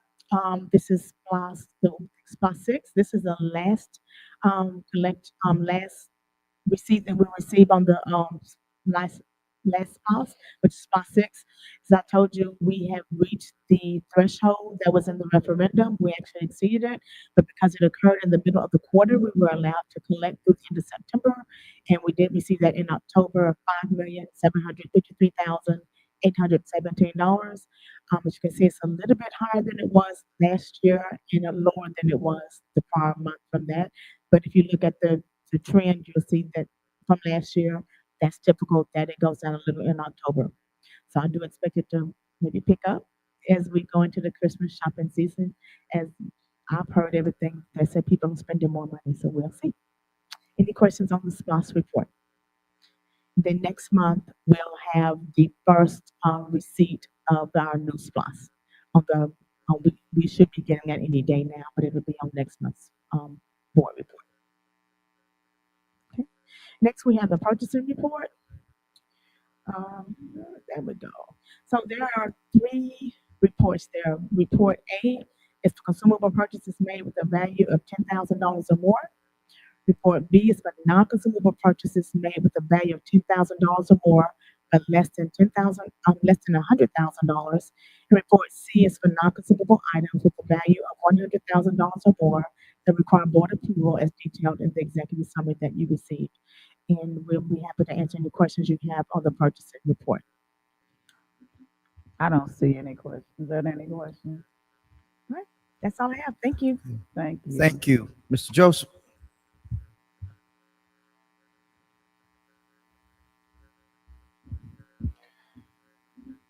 Good evening once again, Madam Chair, members of the board, Dr. Smith. We have 4 items for your consideration. The first being the SPOS construction update. There were 5 payments this month totaling $4 million. There were no change orders for this period. Additionally, you have received the capital purchasing reports for purchasing that are over $100,000 requiring your approval. Next, you have received the GMP for the HVAC Group 5, which includes schools E.J. Swint, Jonesboro Middle School, and Rivers Edge. Mr. Joseph, I think you might have the clicker. Can you click on that page, I think? Okay. Oh, okay. Yeah, so we're on item 3, which is the HVAC group, which we're at schools E.J. Swint, Jonesboro Middle School, and Rivers Edge. The total GMP is for $34,459,079.10. And the last thing for your consideration is the HVAC Group 6, and that is at locations for Smith Elementary School, Adamson Middle School, and Drew High School. The contractor is Winter Construction, and the GMP is for $35,320,030. What is the, I'm sorry. Are there any questions about I think I was getting ready to, I guess I must have not have paid any attention when I was reading this about GMP. a guaranteed maximum price? It's equivalent to the contract amount for a hard bid scenario. Okay, I see Ms. Baker. I'm gonna just come back to my question. Ms. Baker. Okay, first of all, I want to say thank you for taking us over to the convocation center and letting us get really dirty. It's a construction site. And then to go to Forest Park Middle, I took lots of pictures and them online and got lots of positive comments on them. So just, I wanted to say thank you. And just taking a look at the cost of these HVAC groups, we need to make sure that all of our students have ability to go into HVAC. I might need to go back to school to go to HVAC. So, but thank you for all this because it's important for our babies. Oh, yeah. Yes, ma'am. Thank you. Dr. Haney. The HVAC projects are probably a 6 to 9 month project. So we're asking approval now to get started. So upon approval, we will release a contractor to begin procurement. So we'll work during the breaks, the winter break, the break in February, but the bulk of the work will occur during the summer.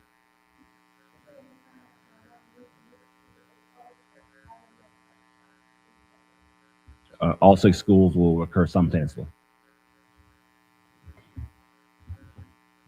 This is my question. These fields that we seem like we've been working on for a couple of years now, like, for example, Mount Zion, we have one, look, he's giving me that look.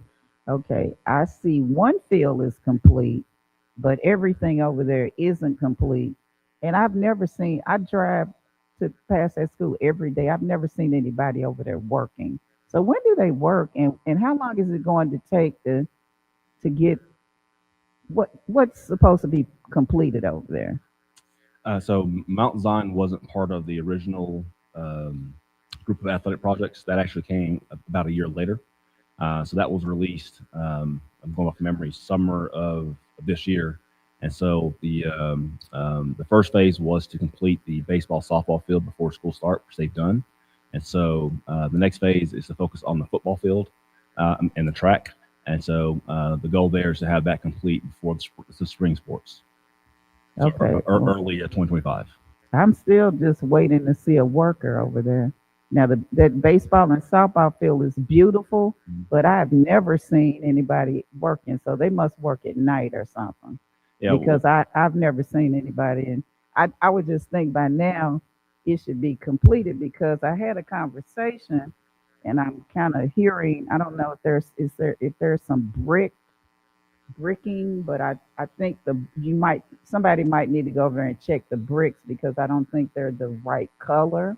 I don't know, and I think they've been asked to dye those bricks, and that doesn't seem to happen. But I do want to report to the audience here that we had our retreat a couple of weeks ago, and it was really we went on a field trip. We were like children. We had some good children and some bad children. One of the bad children had to sit in the back of the bus. Then we had another bad child that's I won't say that was had to sit on the front of the bus. Didn't know when he should have his equipment on his head and when he shouldn't have it on his head. We had a great time. They're doing a great job. That's why we have just kept bombarding our uh, foundation board because we were so happy just to get into the building. It's beautiful, and just when we got up on the rooftop, we were just so happy because now if you all are driving on 75 north or south, you can see our building rising.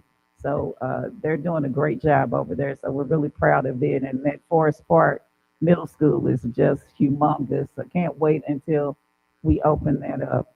So doing a good job. Like I said, I just would like to know when somebody works. I just want to go over and say hi to them one day. So because still haven't seen it, but other than that, they're doing great. My last comment. I'm still waiting to see what North Clayton what the is going to look like. I'm not happy with the glass because the architects are trying to put materials that may not be easily to maintain, and we need to make certain that we can maintain the buildings. I actually tried to go look at another school district site to see how much they're paying for their schools because it looks to me like I know we seem like we pay a lot for our schools, and it seems like other schools are getting by, but we need to see something that's going to be sustainable, easily for our maintenance department. All right. Thank you, Mr. Joseph. Ms. Albright.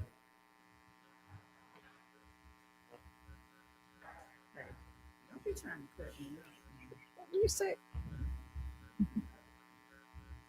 Good evening, Madam Chair, Mr. Vice I'm Chair. I'm sorry, the mic y'all might have heard what I said on the mic. I hope I had to call some 911. Okay. Good evening, Madam Chair, Mr. Vice Chair, other members of the board, Superintendent Dr. Smith, colleagues, and community members. The Personnel Changes Report summarizes all personnel actions for the period of October 4th, 2024 through November 1st, 2024. I will highlight that there were 86 teacher vacancies as of November 6th. At this time last year, there were 177 vacancies. All other human resources related updates were submitted to the Board of Education for your review. I'm happy to answer any questions that you have. Are there any questions?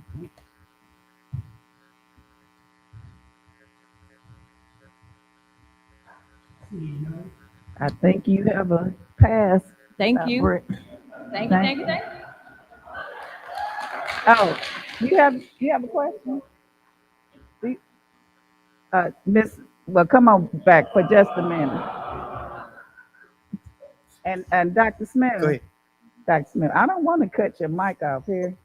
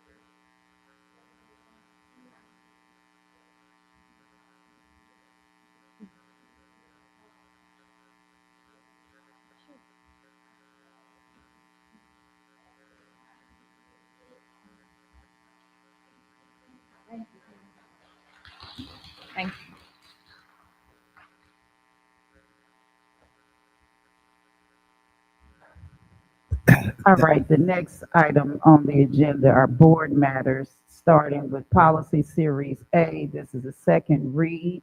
We will be voting on these policies at our next board meeting. I asked if you all had something to please send it to us. I didn't receive anything for policy A. Ms. Cooper,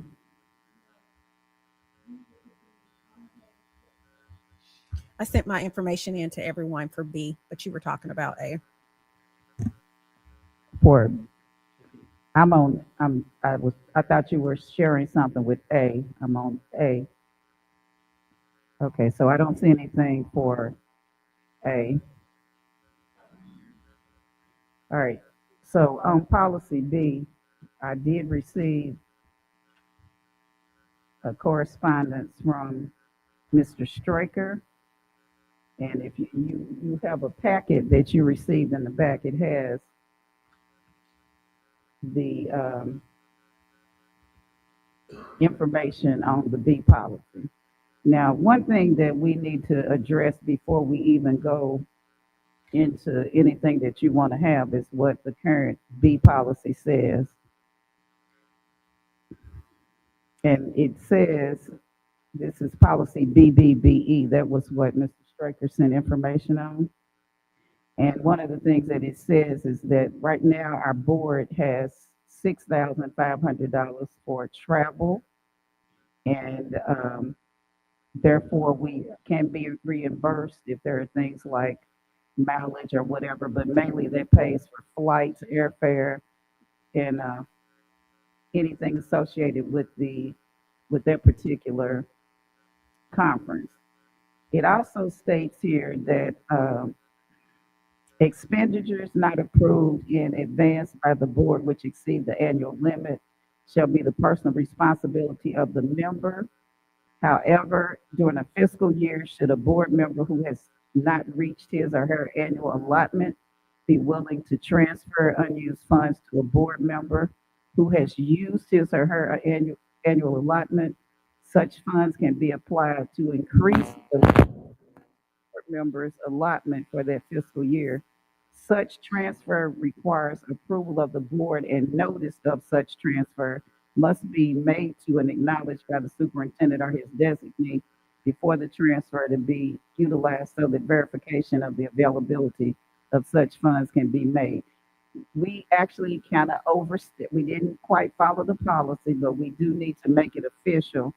We have had one board member that has exceeded their amount this year. And we had another board member allow that person to have the funds so that they could go to another conference. So therefore, at this time, Ms. Hill needed some additional funds to go to the Cube conference, and Ms. Bowles agreed to transfer her money to Ms. Hill.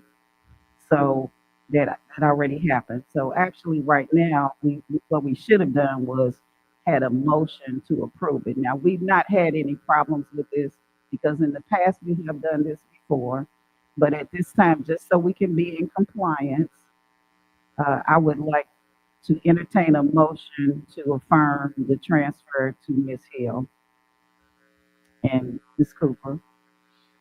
I make the motion that we transfer the fund from Ms. Bowles to Ms. Hills for her travel expenses. All right, and I'll second that motion. So it's been moved and properly second that be approved. So at this time, we need everyone to vote. We need a vote on it. All right, we have 5 members in favor and we have 1 abstention. And the reason that this was, brought to my attention, like I said, we've done it before. But I want to make sure that we're following policy. So we have on the record that we are in agreement that it can be transferred. But what we need to do then is have our board members to make certain that we are adhering to the policy. Now, if you'll look in your packet, I believe that the letter, the email, I think it's in here, came from Mr. Straker. And I'm not sure if that was because of that situation. Mr. Straker wanted to discuss and recommend a change in policy to BBBE. And he wanted to raise the annual reimbursement to a maximum amount of $10,000, and we're already at 6,500 for each board member. So, do you all see that in your packet? If you look to the pack, so we want to address that at this time. Now, I'm just going to personally say myself, but it's up to the board, and we won't vote on it tonight. We can vote on it. I think we need to vote on it next in December. I have an issue with it, with raising it to $10,000, and I will tell you why. Because last year we were looking at trying to cut other positions, and the board, our board is always saying that the budget is ours. But if the budget is ours, then we need to be fair to our employees. We just complimented Ms. Albritton here on lowering our vacancy. One of the reasons we lost employees last year is because one of the school districts offered more money. And I think that we need to understand that it is very important for the day-to-day operation of our school district that we have teachers and we have employees, but we're not willing to try to add funds to their income. As a matter of fact, I had someone call me today. They're afraid, and I'm gonna have Dr. Smith to speak to this. They are afraid to take their money that they're getting, their incentive for having perfect attendance, because someone has told them if they take the money that there's a problem with TRS, there's a penalty. And I need him to address that. I was telling them that that's not the case. It may not be counted in your total, but I would not be in favor of us raising it. That's a lot of money. In the past, we've not ever had anybody use up all their money by October. Everybody can't go to all of the conferences. One of the things that we need to look at as a group is not everybody going to the same conference. We should split it up the way we used to split it up. So that's just my little bit. And if we go down here in the paragraph, there is something that we need to eliminate, because we have said expenses associated with the board for Washington, D.C. at the National School Board Association Advocacy Institute, although this is already in now, that we're saying that we're not charging anybody for that, but we're not even a part of NSB anymore, so we need to take that out and put in the conference that we are aligned with. I see Ms. Cooper's light came on. All right, thank you, Madam Chair. So with the B policy, what I'll say first is, if we do not entertain that 10K, I think that maybe we need to change the verbiage as far as how it is used, where maybe necessarily it's not coming before the board, you just go to that board member. Because I know, like last year, for example, I didn't hardly use any of my money, but it was used in some type of way. So I would say, if that's not the route that we go, that it's some kind of provision where that person can just go and say, hey, I would like to go to this conference. And especially if it's newer board members, and I know Ms. Hill has been on board for about 3 years now. I know you've been on a little bit longer, but maybe there's conferences that she wants to go to help her with her governing process. And I don't know what the reasoning may be, but I know I learn a lot when I go to these different conferences. So it's a way for you to learn and engage and be able to do your job better. So if not that increase, then maybe we need to change that verbiage in there that says, hey, because I don't think we voted for wherever my money went last year. So I think there needs to be a change in the verbiage as to what it says about the board members and voting, because if it's their money allotted for their training and they want to let another board member use it, then it should be that. That's just my opinion. Let me follow up on what you said. I agree with that. What I would like for us to remove, I'm not in agreement with raising the amount of money. I believe that we should keep in the part where it says, however, during a fiscal year, should a board member who has not reached their annual allotment be willing to transfer, that we do it. I don't think that we should say that it requires approval of the board. I think that needs to be removed. I've said that for some time. Right. And I And, also agree with you with saying to put that advocacy, whomever we're with, to put that name there if we are not a part of right. the National School Board Association. Okay, so we're in agreement to remove this about board approval, about, transferring, because that's really like if you get, you know, if you didn't use any of your money, and like I said, we've done this before, because I can remember that I was in the minority on the board, and one of our board members didn't have money. I just let her come and stay with me, and because everybody wouldn't agree with it, because I think you should be able to do that. Okay, we'll take that out. Miss Baker. Okay, I'm gonna step on some toes. Um, to take it from 65 to 10,000 per person is a 54% increase. Mhm. And I'm getting ready to go into budget season, and I've been already told that we've been starting to ask our people to cut their budget. Right. And why should you cut your budget if I can't stay within mine? That's just my opinion. Just one person. The next part of that is that we talk about all the time about this being about the kids.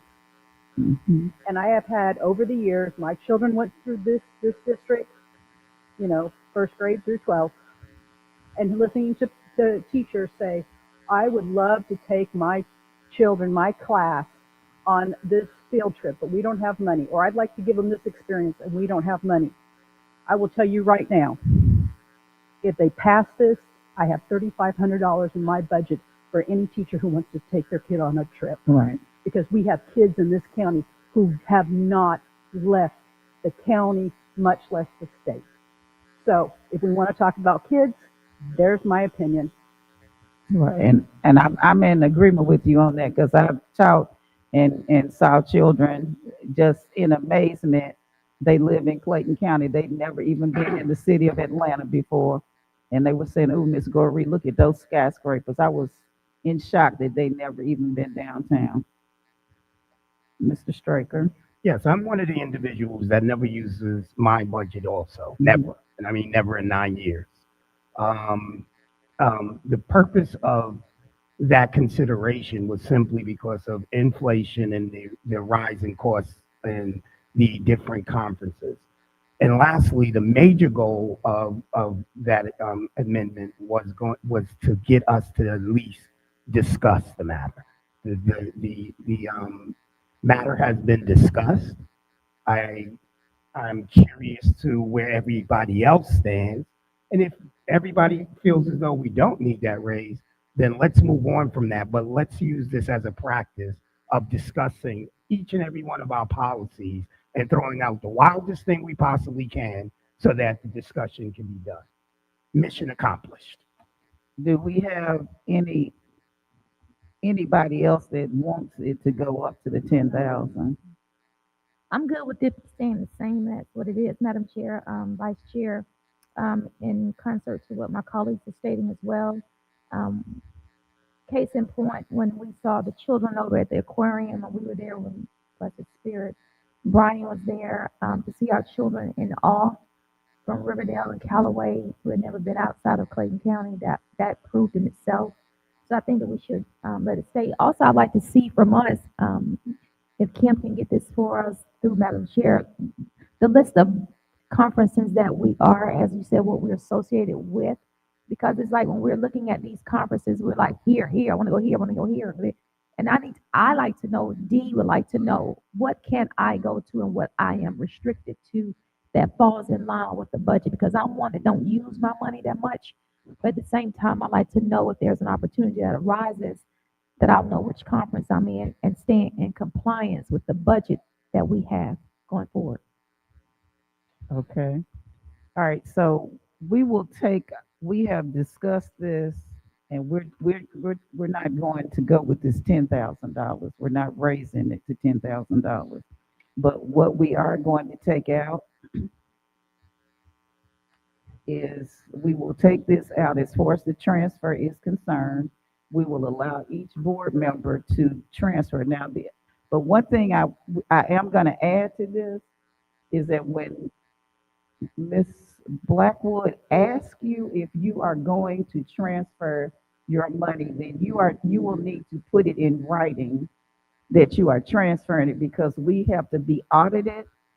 And if she asks you to put it in writing and we don't get a response, then whoever that other board member is that doesn't have the money, they're not going on the trip.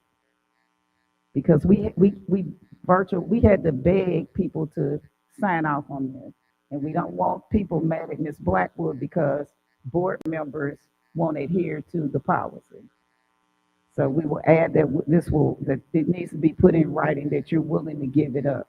Because the other irony of this is that we want to go to all of these conferences, whether we're new or old. We don't even get credit for the conferences as far as our training is concerned. When we go out of state, we get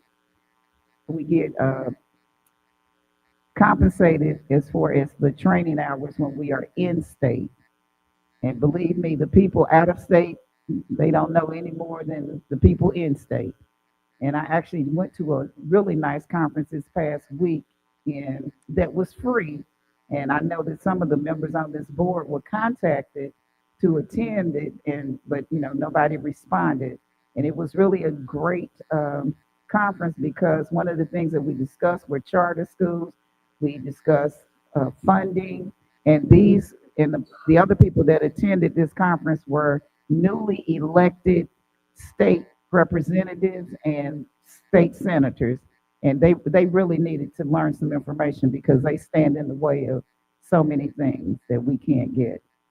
So I think we're good with B. Although Ms. Cooper, was there some?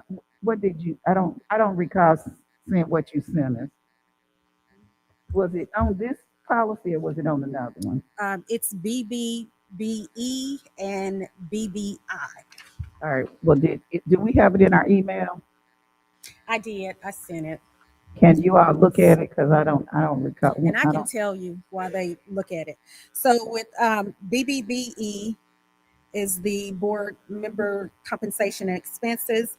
I was just looking at, if you look at the second paragraph, the very last sentence, it states the BOE secretary. I just kind of wanted to expand on that and maybe put an individual designated by the board, because although we do consider Dr. Smith as our board secretary, it may be Ms. Blackwell or Ms. Battle, so maybe an individual designated by the board. Okay. So that verbiage. Can you read the? I'm looking for it in the. Okay. So it says, note, at such time that a lodging is secured by the BOE secretary, reimbursement shall not occur. So I wanted to change that BOE secretary to an individual designated by the board. I'm trying to. What policy is this in again? BBBE. I don't. Let me see if I see that.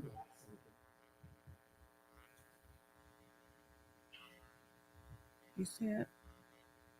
Right there.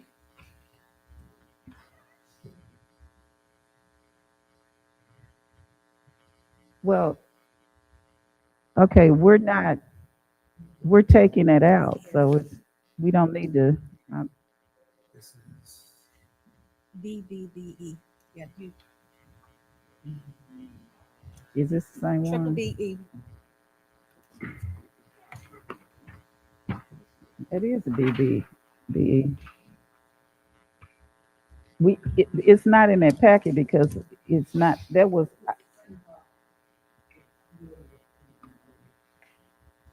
That's what I'm saying. I'm saying it is that.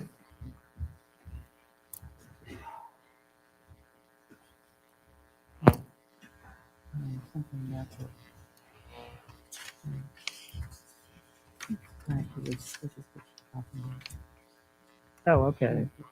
You see it? Individual designated. Well, it says BOE secretary. We're talking about the liaison. What she's stating is that that doesn't specifically say superintendent, and if we decide that there's another person that's going, whoever that person may be, she just wants language that states that Says. we will approve that person, Right. that we will do that.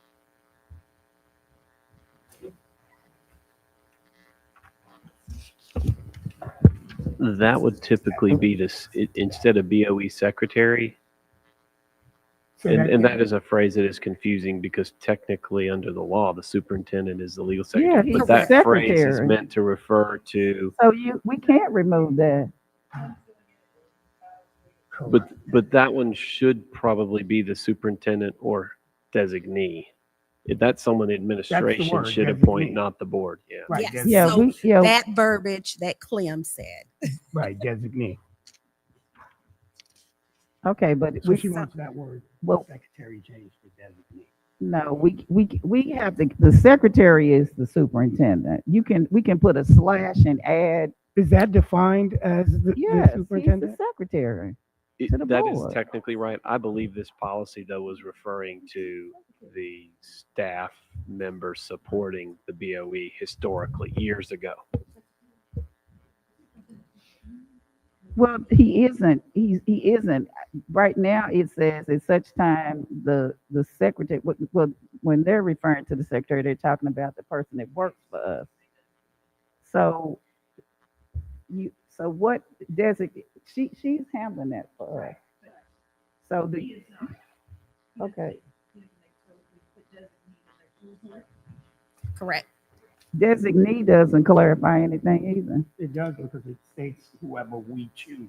No, you to be just that person. it just says that we can put a slash. I'll let Clem give us some wording because either way it goes, we know that it's either going to be, we can say the liaison, we can say his administrative assistant or whatever. These are the people that are going to, that's who secures the lodging for us. And you're absolutely correct. That's why the word designee is.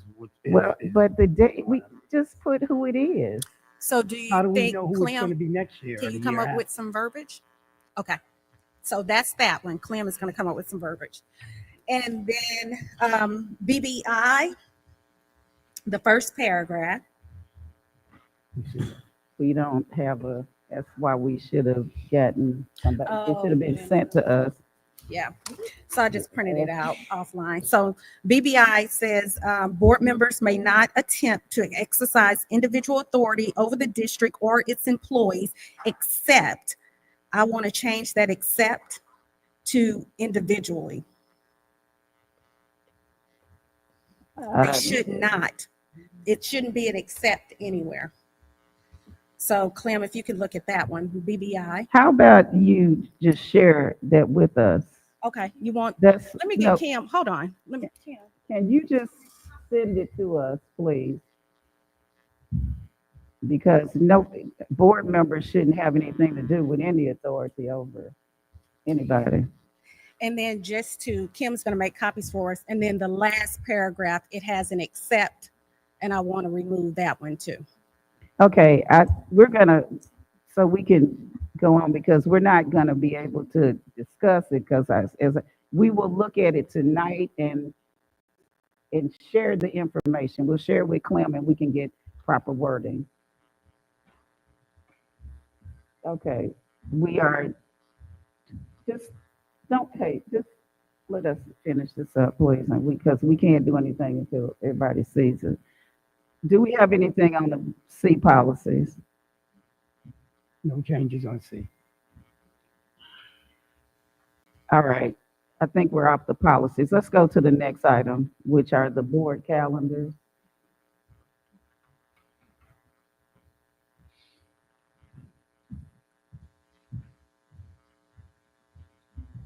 Can you put those up?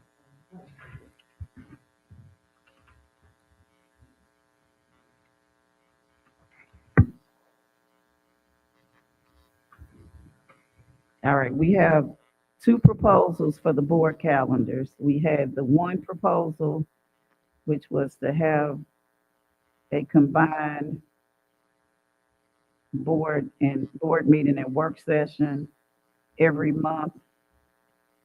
So that would be one meeting, that our meetings will begin at 4 p.m. Our meetings prior to October 25th will be held here in the school administration complex.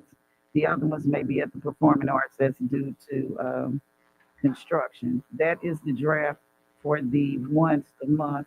And then we also have a draft for continuing our, I just had started with that one. This is the one that we're currently using. So we need discussion on that because we do know that some of our members may not be able to do so. Go ahead for your Ms. Williams. I'm okay with the one meeting a month, even if the time needs to be earlier than 4 or a different day other than Monday. All right. Ms. Baker. I would prefer us to say just twice a month, and the reason being that is because the times that we do have the combined meetings, and there's times that we need those, the staff is asked to give the Reader's Digest version of the report or just not give them the report. And I don't think that that's fair to the community who will be watching. Also, there are times that we get personnel changes, and that is 2 times a month, or somebody's going to have to wait a whole month before we can get moving. And I would much prefer to have on my schedule, knowing that I needed to come in and do this, than to sit here and try to get a called meeting and try to make sure that we can have at least the quorum of 5 people. And I think that's just frustrating. And then one more thing is, the other night we did recognitions for over an hour. Right. That is long if we're going to make that into one meeting. So I know there's different reasons to do one, but I really think for our community and to make sure that we acknowledge the people that we need to acknowledge properly, and again the staffing. I don't want, we don't need to wait a month to get a principal into a school because we can't get a quorum for a called meeting. That's my opinion. All right, thank you. Ms. Cooper. Ms. Baker summed it up. I would vote for the 2 board meetings per month. As you were saying, it gives us time to be able to, the staff is not rushing going through the information to give us. It also gives parents times that if they want to attend the board meeting, they're not having to rush to a 4, 3, or 2, or however we would have to do to have a 1 meeting. So I agree with the 2. Stay with 2. I would do 2 because of my work obligation. Mrs. Striker.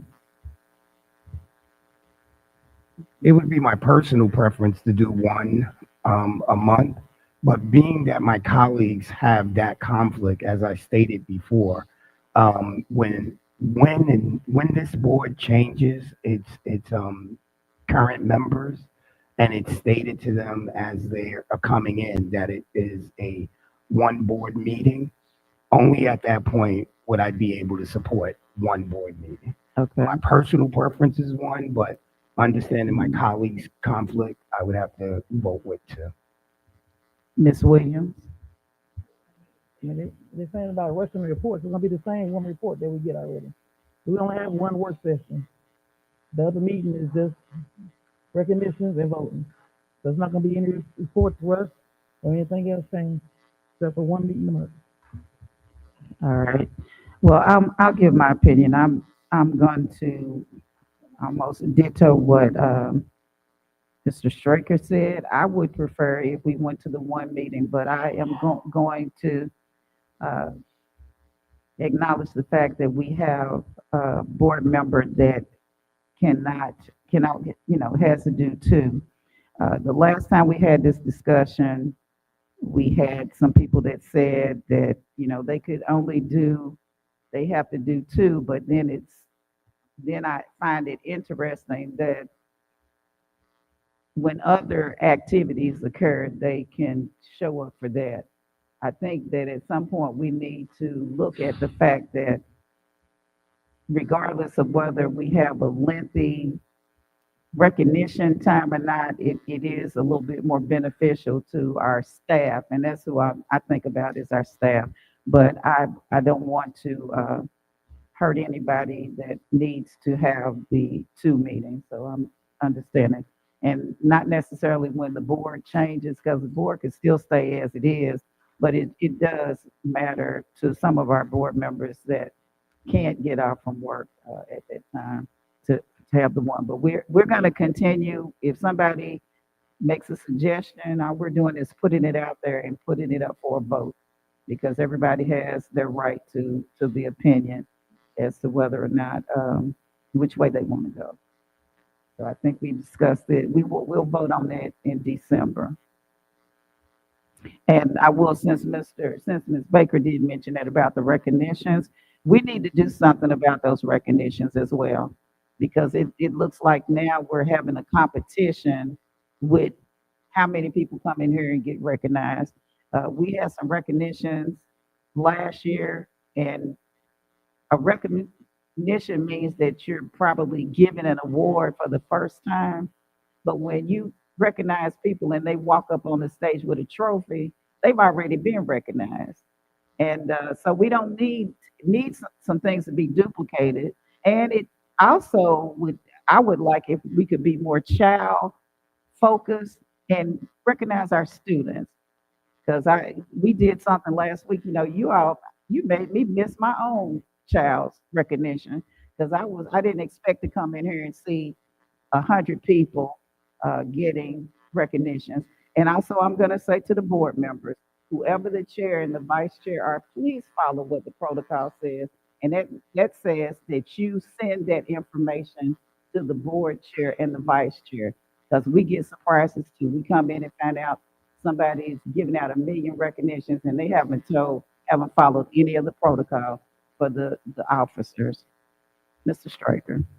Madam Chair, my suggestion is that these recognitions be seriously considered at the actual schools or places of departments in which the individual works or the student goes to that school. Because I know when I grew up, I really enjoyed recognitions by people in which I went to school with and parents that already knew me.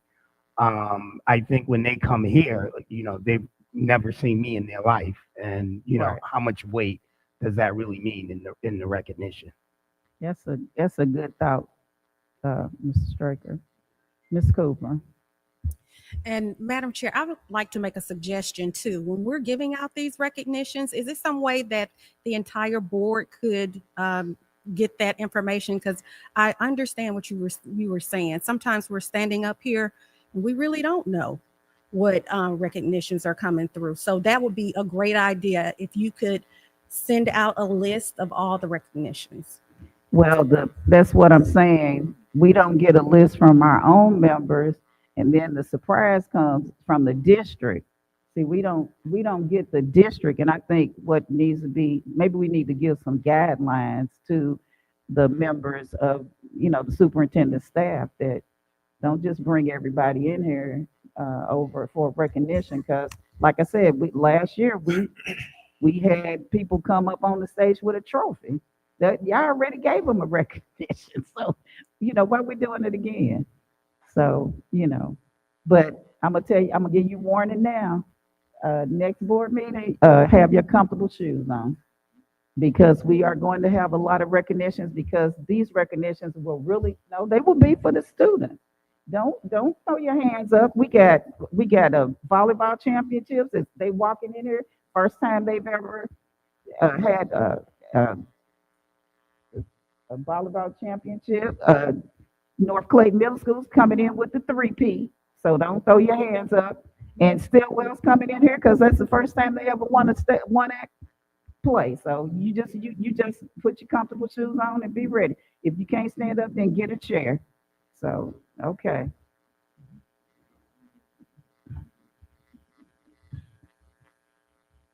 Next thing on the agenda, board protocols.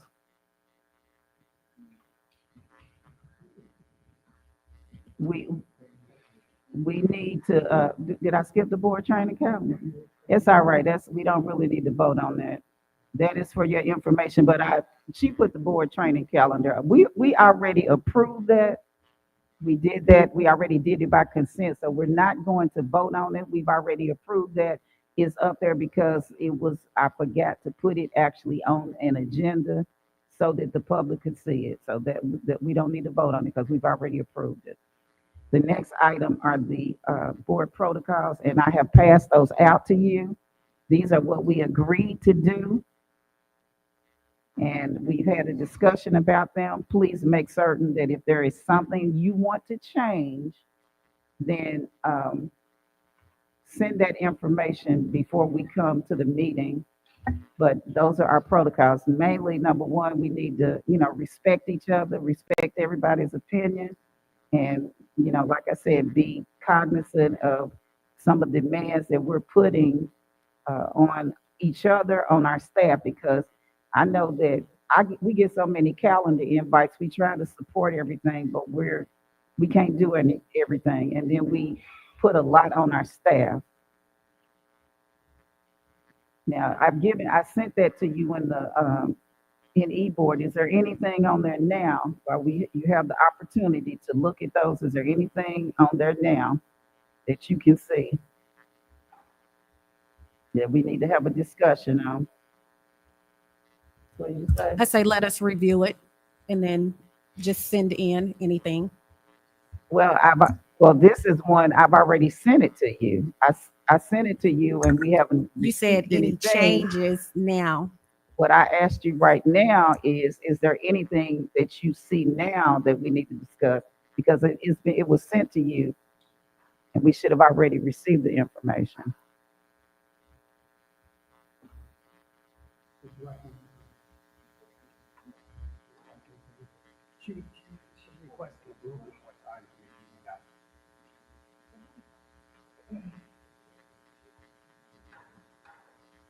All right, I believe that, let me see, the next thing on the agenda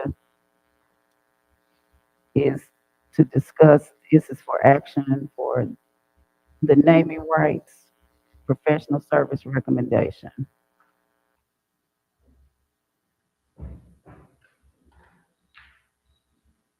Do you want to discuss this a little bit or what?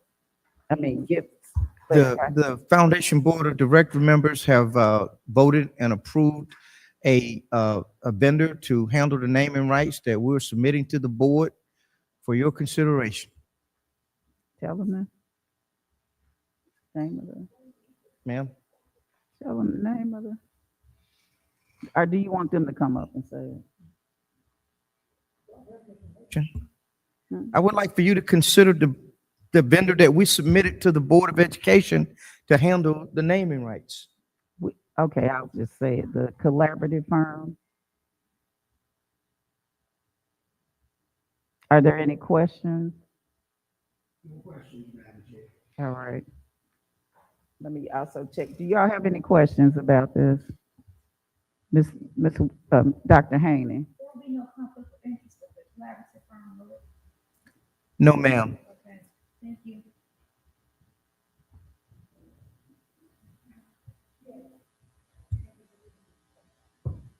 Ms. Williams? So collaborative firm is just finding a name, then we gonna agree on it. We just finding somebody to put the name together. What's the collaborative firm doing? Finding the people to put the name on the bill? Yes, they'll handle all of the efforts and initiatives centered around who will earn the right to put that name on that board based on funding that they give to the school system. But it still come through us for approval? Yes, absolutely. They're just the ones that's going out vetting people who are interested in having their names on the board. Once they come up with a recommendation, they'll bring it to the board for approval or consideration. Who's putting together the vetting process? Like I couldn't hear you. who's doing the vetting process, putting together? The collaborative firm. Yes. Oh, Dr. Haney?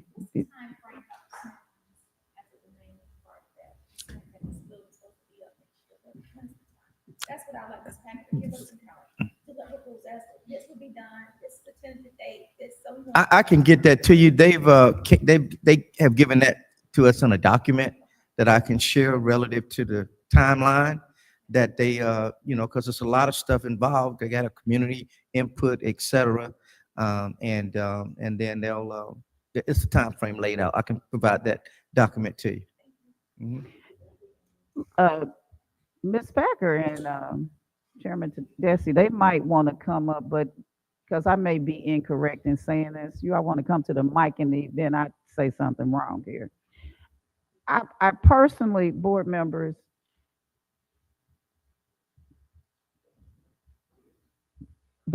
on this particular item, as far as the naming rights, I don't necessarily, but I may be incorrect, so correct me. I don't think there's necessarily a rush for the naming rights. And I'm gonna say this because let me just say, for example, downtown we have State Farm Arena. If it takes us more than, we may open the arena without a company, a corporate company name, because we might be negotiating for it to be State Farm. And what that means is we're going to get, let's say State Farm's going to give us $16 million as an example for naming rights for a specific amount of time. So it's not necessarily that we need to put a rush on this. I just think we need to, I think we kind of got some folks we'd like to put their name on the building. And I think that the firm is going to try to pursue those.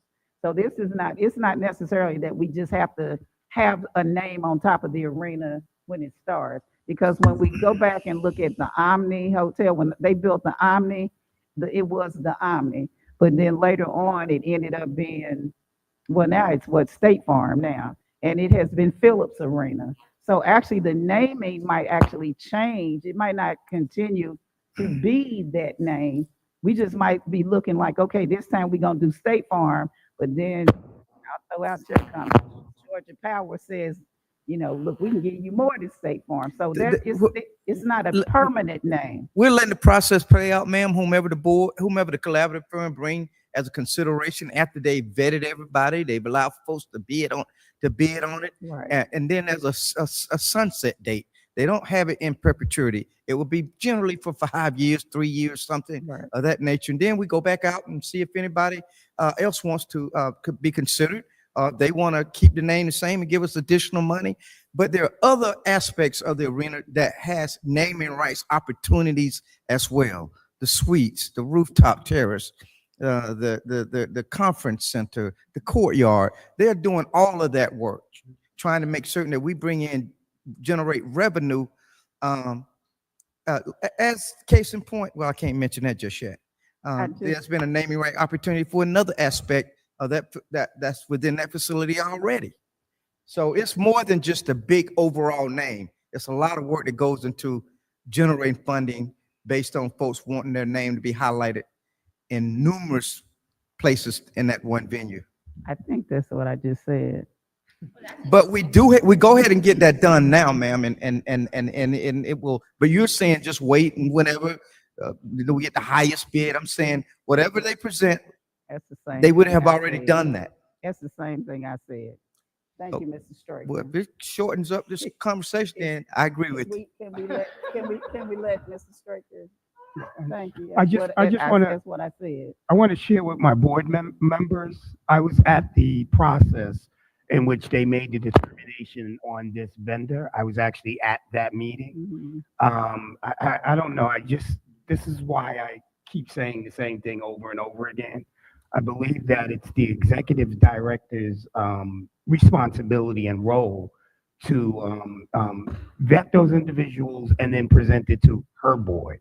She then, after presenting it to her board, in which Ms. Jessie Goree and Dr. Anthony Smith sits on, they all decide, hey, sounds like a great vendor. If there's a conflict of interest, it's Ms. Packer's job to make sure that that conflict of interest is taken care of. We need to wait until those names come to us in some sort of a report and go, we like this, go for it, guys. That's the role that I think the board has. Right. That's my belief. Dr. Haney.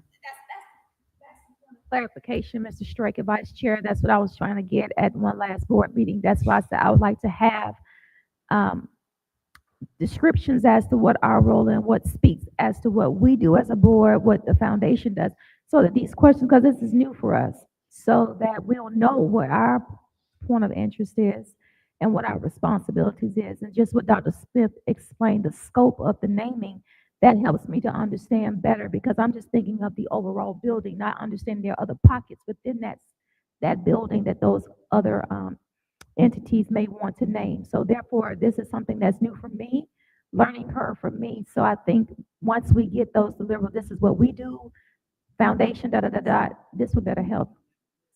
Thank you. Ms. Cooper. Just really quickly, and if we, just to follow up on what Mr. Straker and Dr. Haney said, if we kind of just review the MOU and follow the MOU, we'll know like our scope, where we stand and what we're supposed to be doing and what the protocol is, because it is all spelled out in the MOU. So that may be a way to kind of help us, guide us. All right, I think, as I said before, that's what the Clem and the other attorneys, because as I continue to try to impress upon my board that the MOU that was written, none of the MOU there's no input from the board. And that's what we're trying to rectify right now. That was written for their board and for Clayton County. You all keep shaking your head, but I'm gonna tell you again that they didn't, that was not our attorney. And that's why we are trying to get clarity and now you all are working together. So that's what we're saying. I will make this as clear as I can. I received a fully an executed, finalized agreement from the BOE for me to sign. Well, Just to make it clear. Okay, but at the time, that's not exactly true either, because the person's name that was on the MOU, that Miss Packer had not even been hired at the time. The MOU that you all received actually had Mitch Johnson's name on it. Yes, it did, because I signed it and I have a copy of it. And so but you know what? We don't need. No, we don't need to hash it out, but I also want to make a point of clarification that's Right. sincere and truth, which is we were waiting for the attorneys because we eventually hired an attorney that looked at it, but the document was already created. We had very little input into the MOU. Who I created literally, the MOU? it was an attorney that the BOE. Dr. Smith, can you speak to that? Who created Why are the we back on MOU? this? It was the attorneys that we've been using for forever, to include is Mr. Denmark. So, Right. so the law firm in which we've contracted was the one that came up with the MOU. And their name is on the MOU. Right. And So we and received paid them it. to do that. No, we didn't. We didn't pay them to do that. No, they don't want, I keep trying to explain to them that if you look at the MOU it was drawn up, that was for you all, because they were representing you. They were not representing Yes, us. yes, they were, because you all were I was not. the chairman of No. that foundation and still am. No, I no. have never spoken to that attorney. But if there is something that I'm not aware of, please share that with me. Well, But from my understanding, I received the document electronically And there's signed. two signatures on it, right? I received it, Right. I received a document, reviewed it, then we had an attorney eventually that we hired, made sure it was okay. I think they worked together. Then I signed it. But there that is document two- was sent to me. There are two signatures on it. There are three signatures on Three it. signatures. I signed the agreement that was written. So myself, for- Dr. that Gary, was- and Dr. Smith Right. signed that the was writ- contract, and I can share that was that. written for your board. That is why Clem is now involved, because as I kept telling you all, you had not met with our attorney. That's why it's now, that's why he's working with you all. And that's what I want to make clear. That is why we're all very confused here, because we did not have any say. That came from the foundation. If you'll recall, I wouldn't even sign it for some time, because that is, and you know, and since you say you have it, You I have it. do. Just And by be- the way, we did not send it. I Can received the you all document just to send, sign. I send cannot. what you have to us, please? I That's can. what I've been asking for that for months. You Send, have, you, okay. with all due respect, you Chairwoman have that Gorey. document. I don't have, no, I haven't received. We I haven't think Clint received sent it. it to us. Is You that did. correct, Clint? You have the document. I've sent it. Somebody else has sent it. No, that document is with, I think, again, I will say one more time, nobody worked on our behalf on that contract. We received it. We thought it all made sense. And we signed it because it was the right thing to do, and we need to move forward. But in terms of who created the contract, it came from the board to us. No. Ms. Cooper. Just really quickly, I was going to say two things. I'm not confused. I know there's an MOU in place. So I did want to clarify that because I know you Correct. said the board is confused. I'm not confused. I'm completely understand we have an MOU to follow. However, what I wanted to say is maybe we can go back because I know Dr. Smith has been in conversation with the foundation. And that is how we're supposed to receive our information is from Dr. Smith, from the foundation. So I think we need to just table this, let them continue to work together and iron out what needs to be ironed out. He will bring a report back to us. And per the MOU, you're supposed to give us a report semi-annually, which tonight was one of the reports. Correct. So I just look forward to the report that Dr. Smith will bring back to us as to what y'all worked on. From my understanding, because I did talk to Dr. Smith, y'all are working together. We're moving this forward, and that's all that matters at this point. Correct. But we'll look for that, and I'll look for the information that you're going to send us that we requested tonight, and we'll send you the information that the additional information that we need. Perfect. And again, for the record, he's working with now the firm. And see, that's interesting because we still have information from Denmark. But what's your attorney's name? The firm is Ice Miller. Right.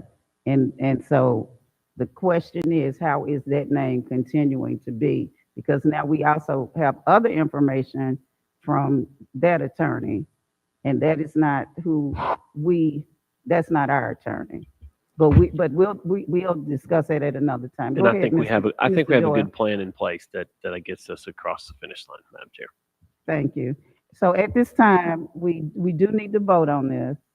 The superintendent has recommended that we enlist the services of per the vote by the foundation, that we utilize the services of the Collaborative firm. collaborative firm. And for your information, there is no conflict because that person is not a member of the foundation board. So, Mr. Striker, did I see your name? I move that we accept the recommendation of the superintendent to move forward with the suggestion or recommendation of the foundation's board for the collaborative firm. Okay, Ms. Cooper. I second that. All right, it's been moved and properly second that we accept the superintendent's recommendation.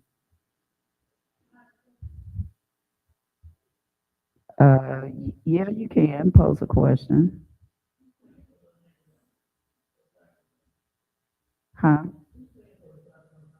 The foundation. The foundation, and well, you know what, let me also put that on the table because it's interesting that we never discussed the price when we voted on that. And the contract is for, what is it, $131,000.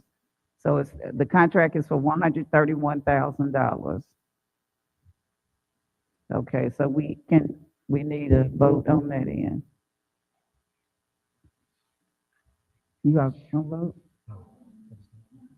All right, so it is a unanimous vote that we are utilizing the services of the collaborative firm. Thank you. Okay, Thank you. oh, Lord. All right. We have the approval of the proposed board meeting agenda for December 2nd. I need a motion. Ms. Cooper, So move. I'm gonna second it. Please vote. All right, and it's a unanimous vote. Thank you all.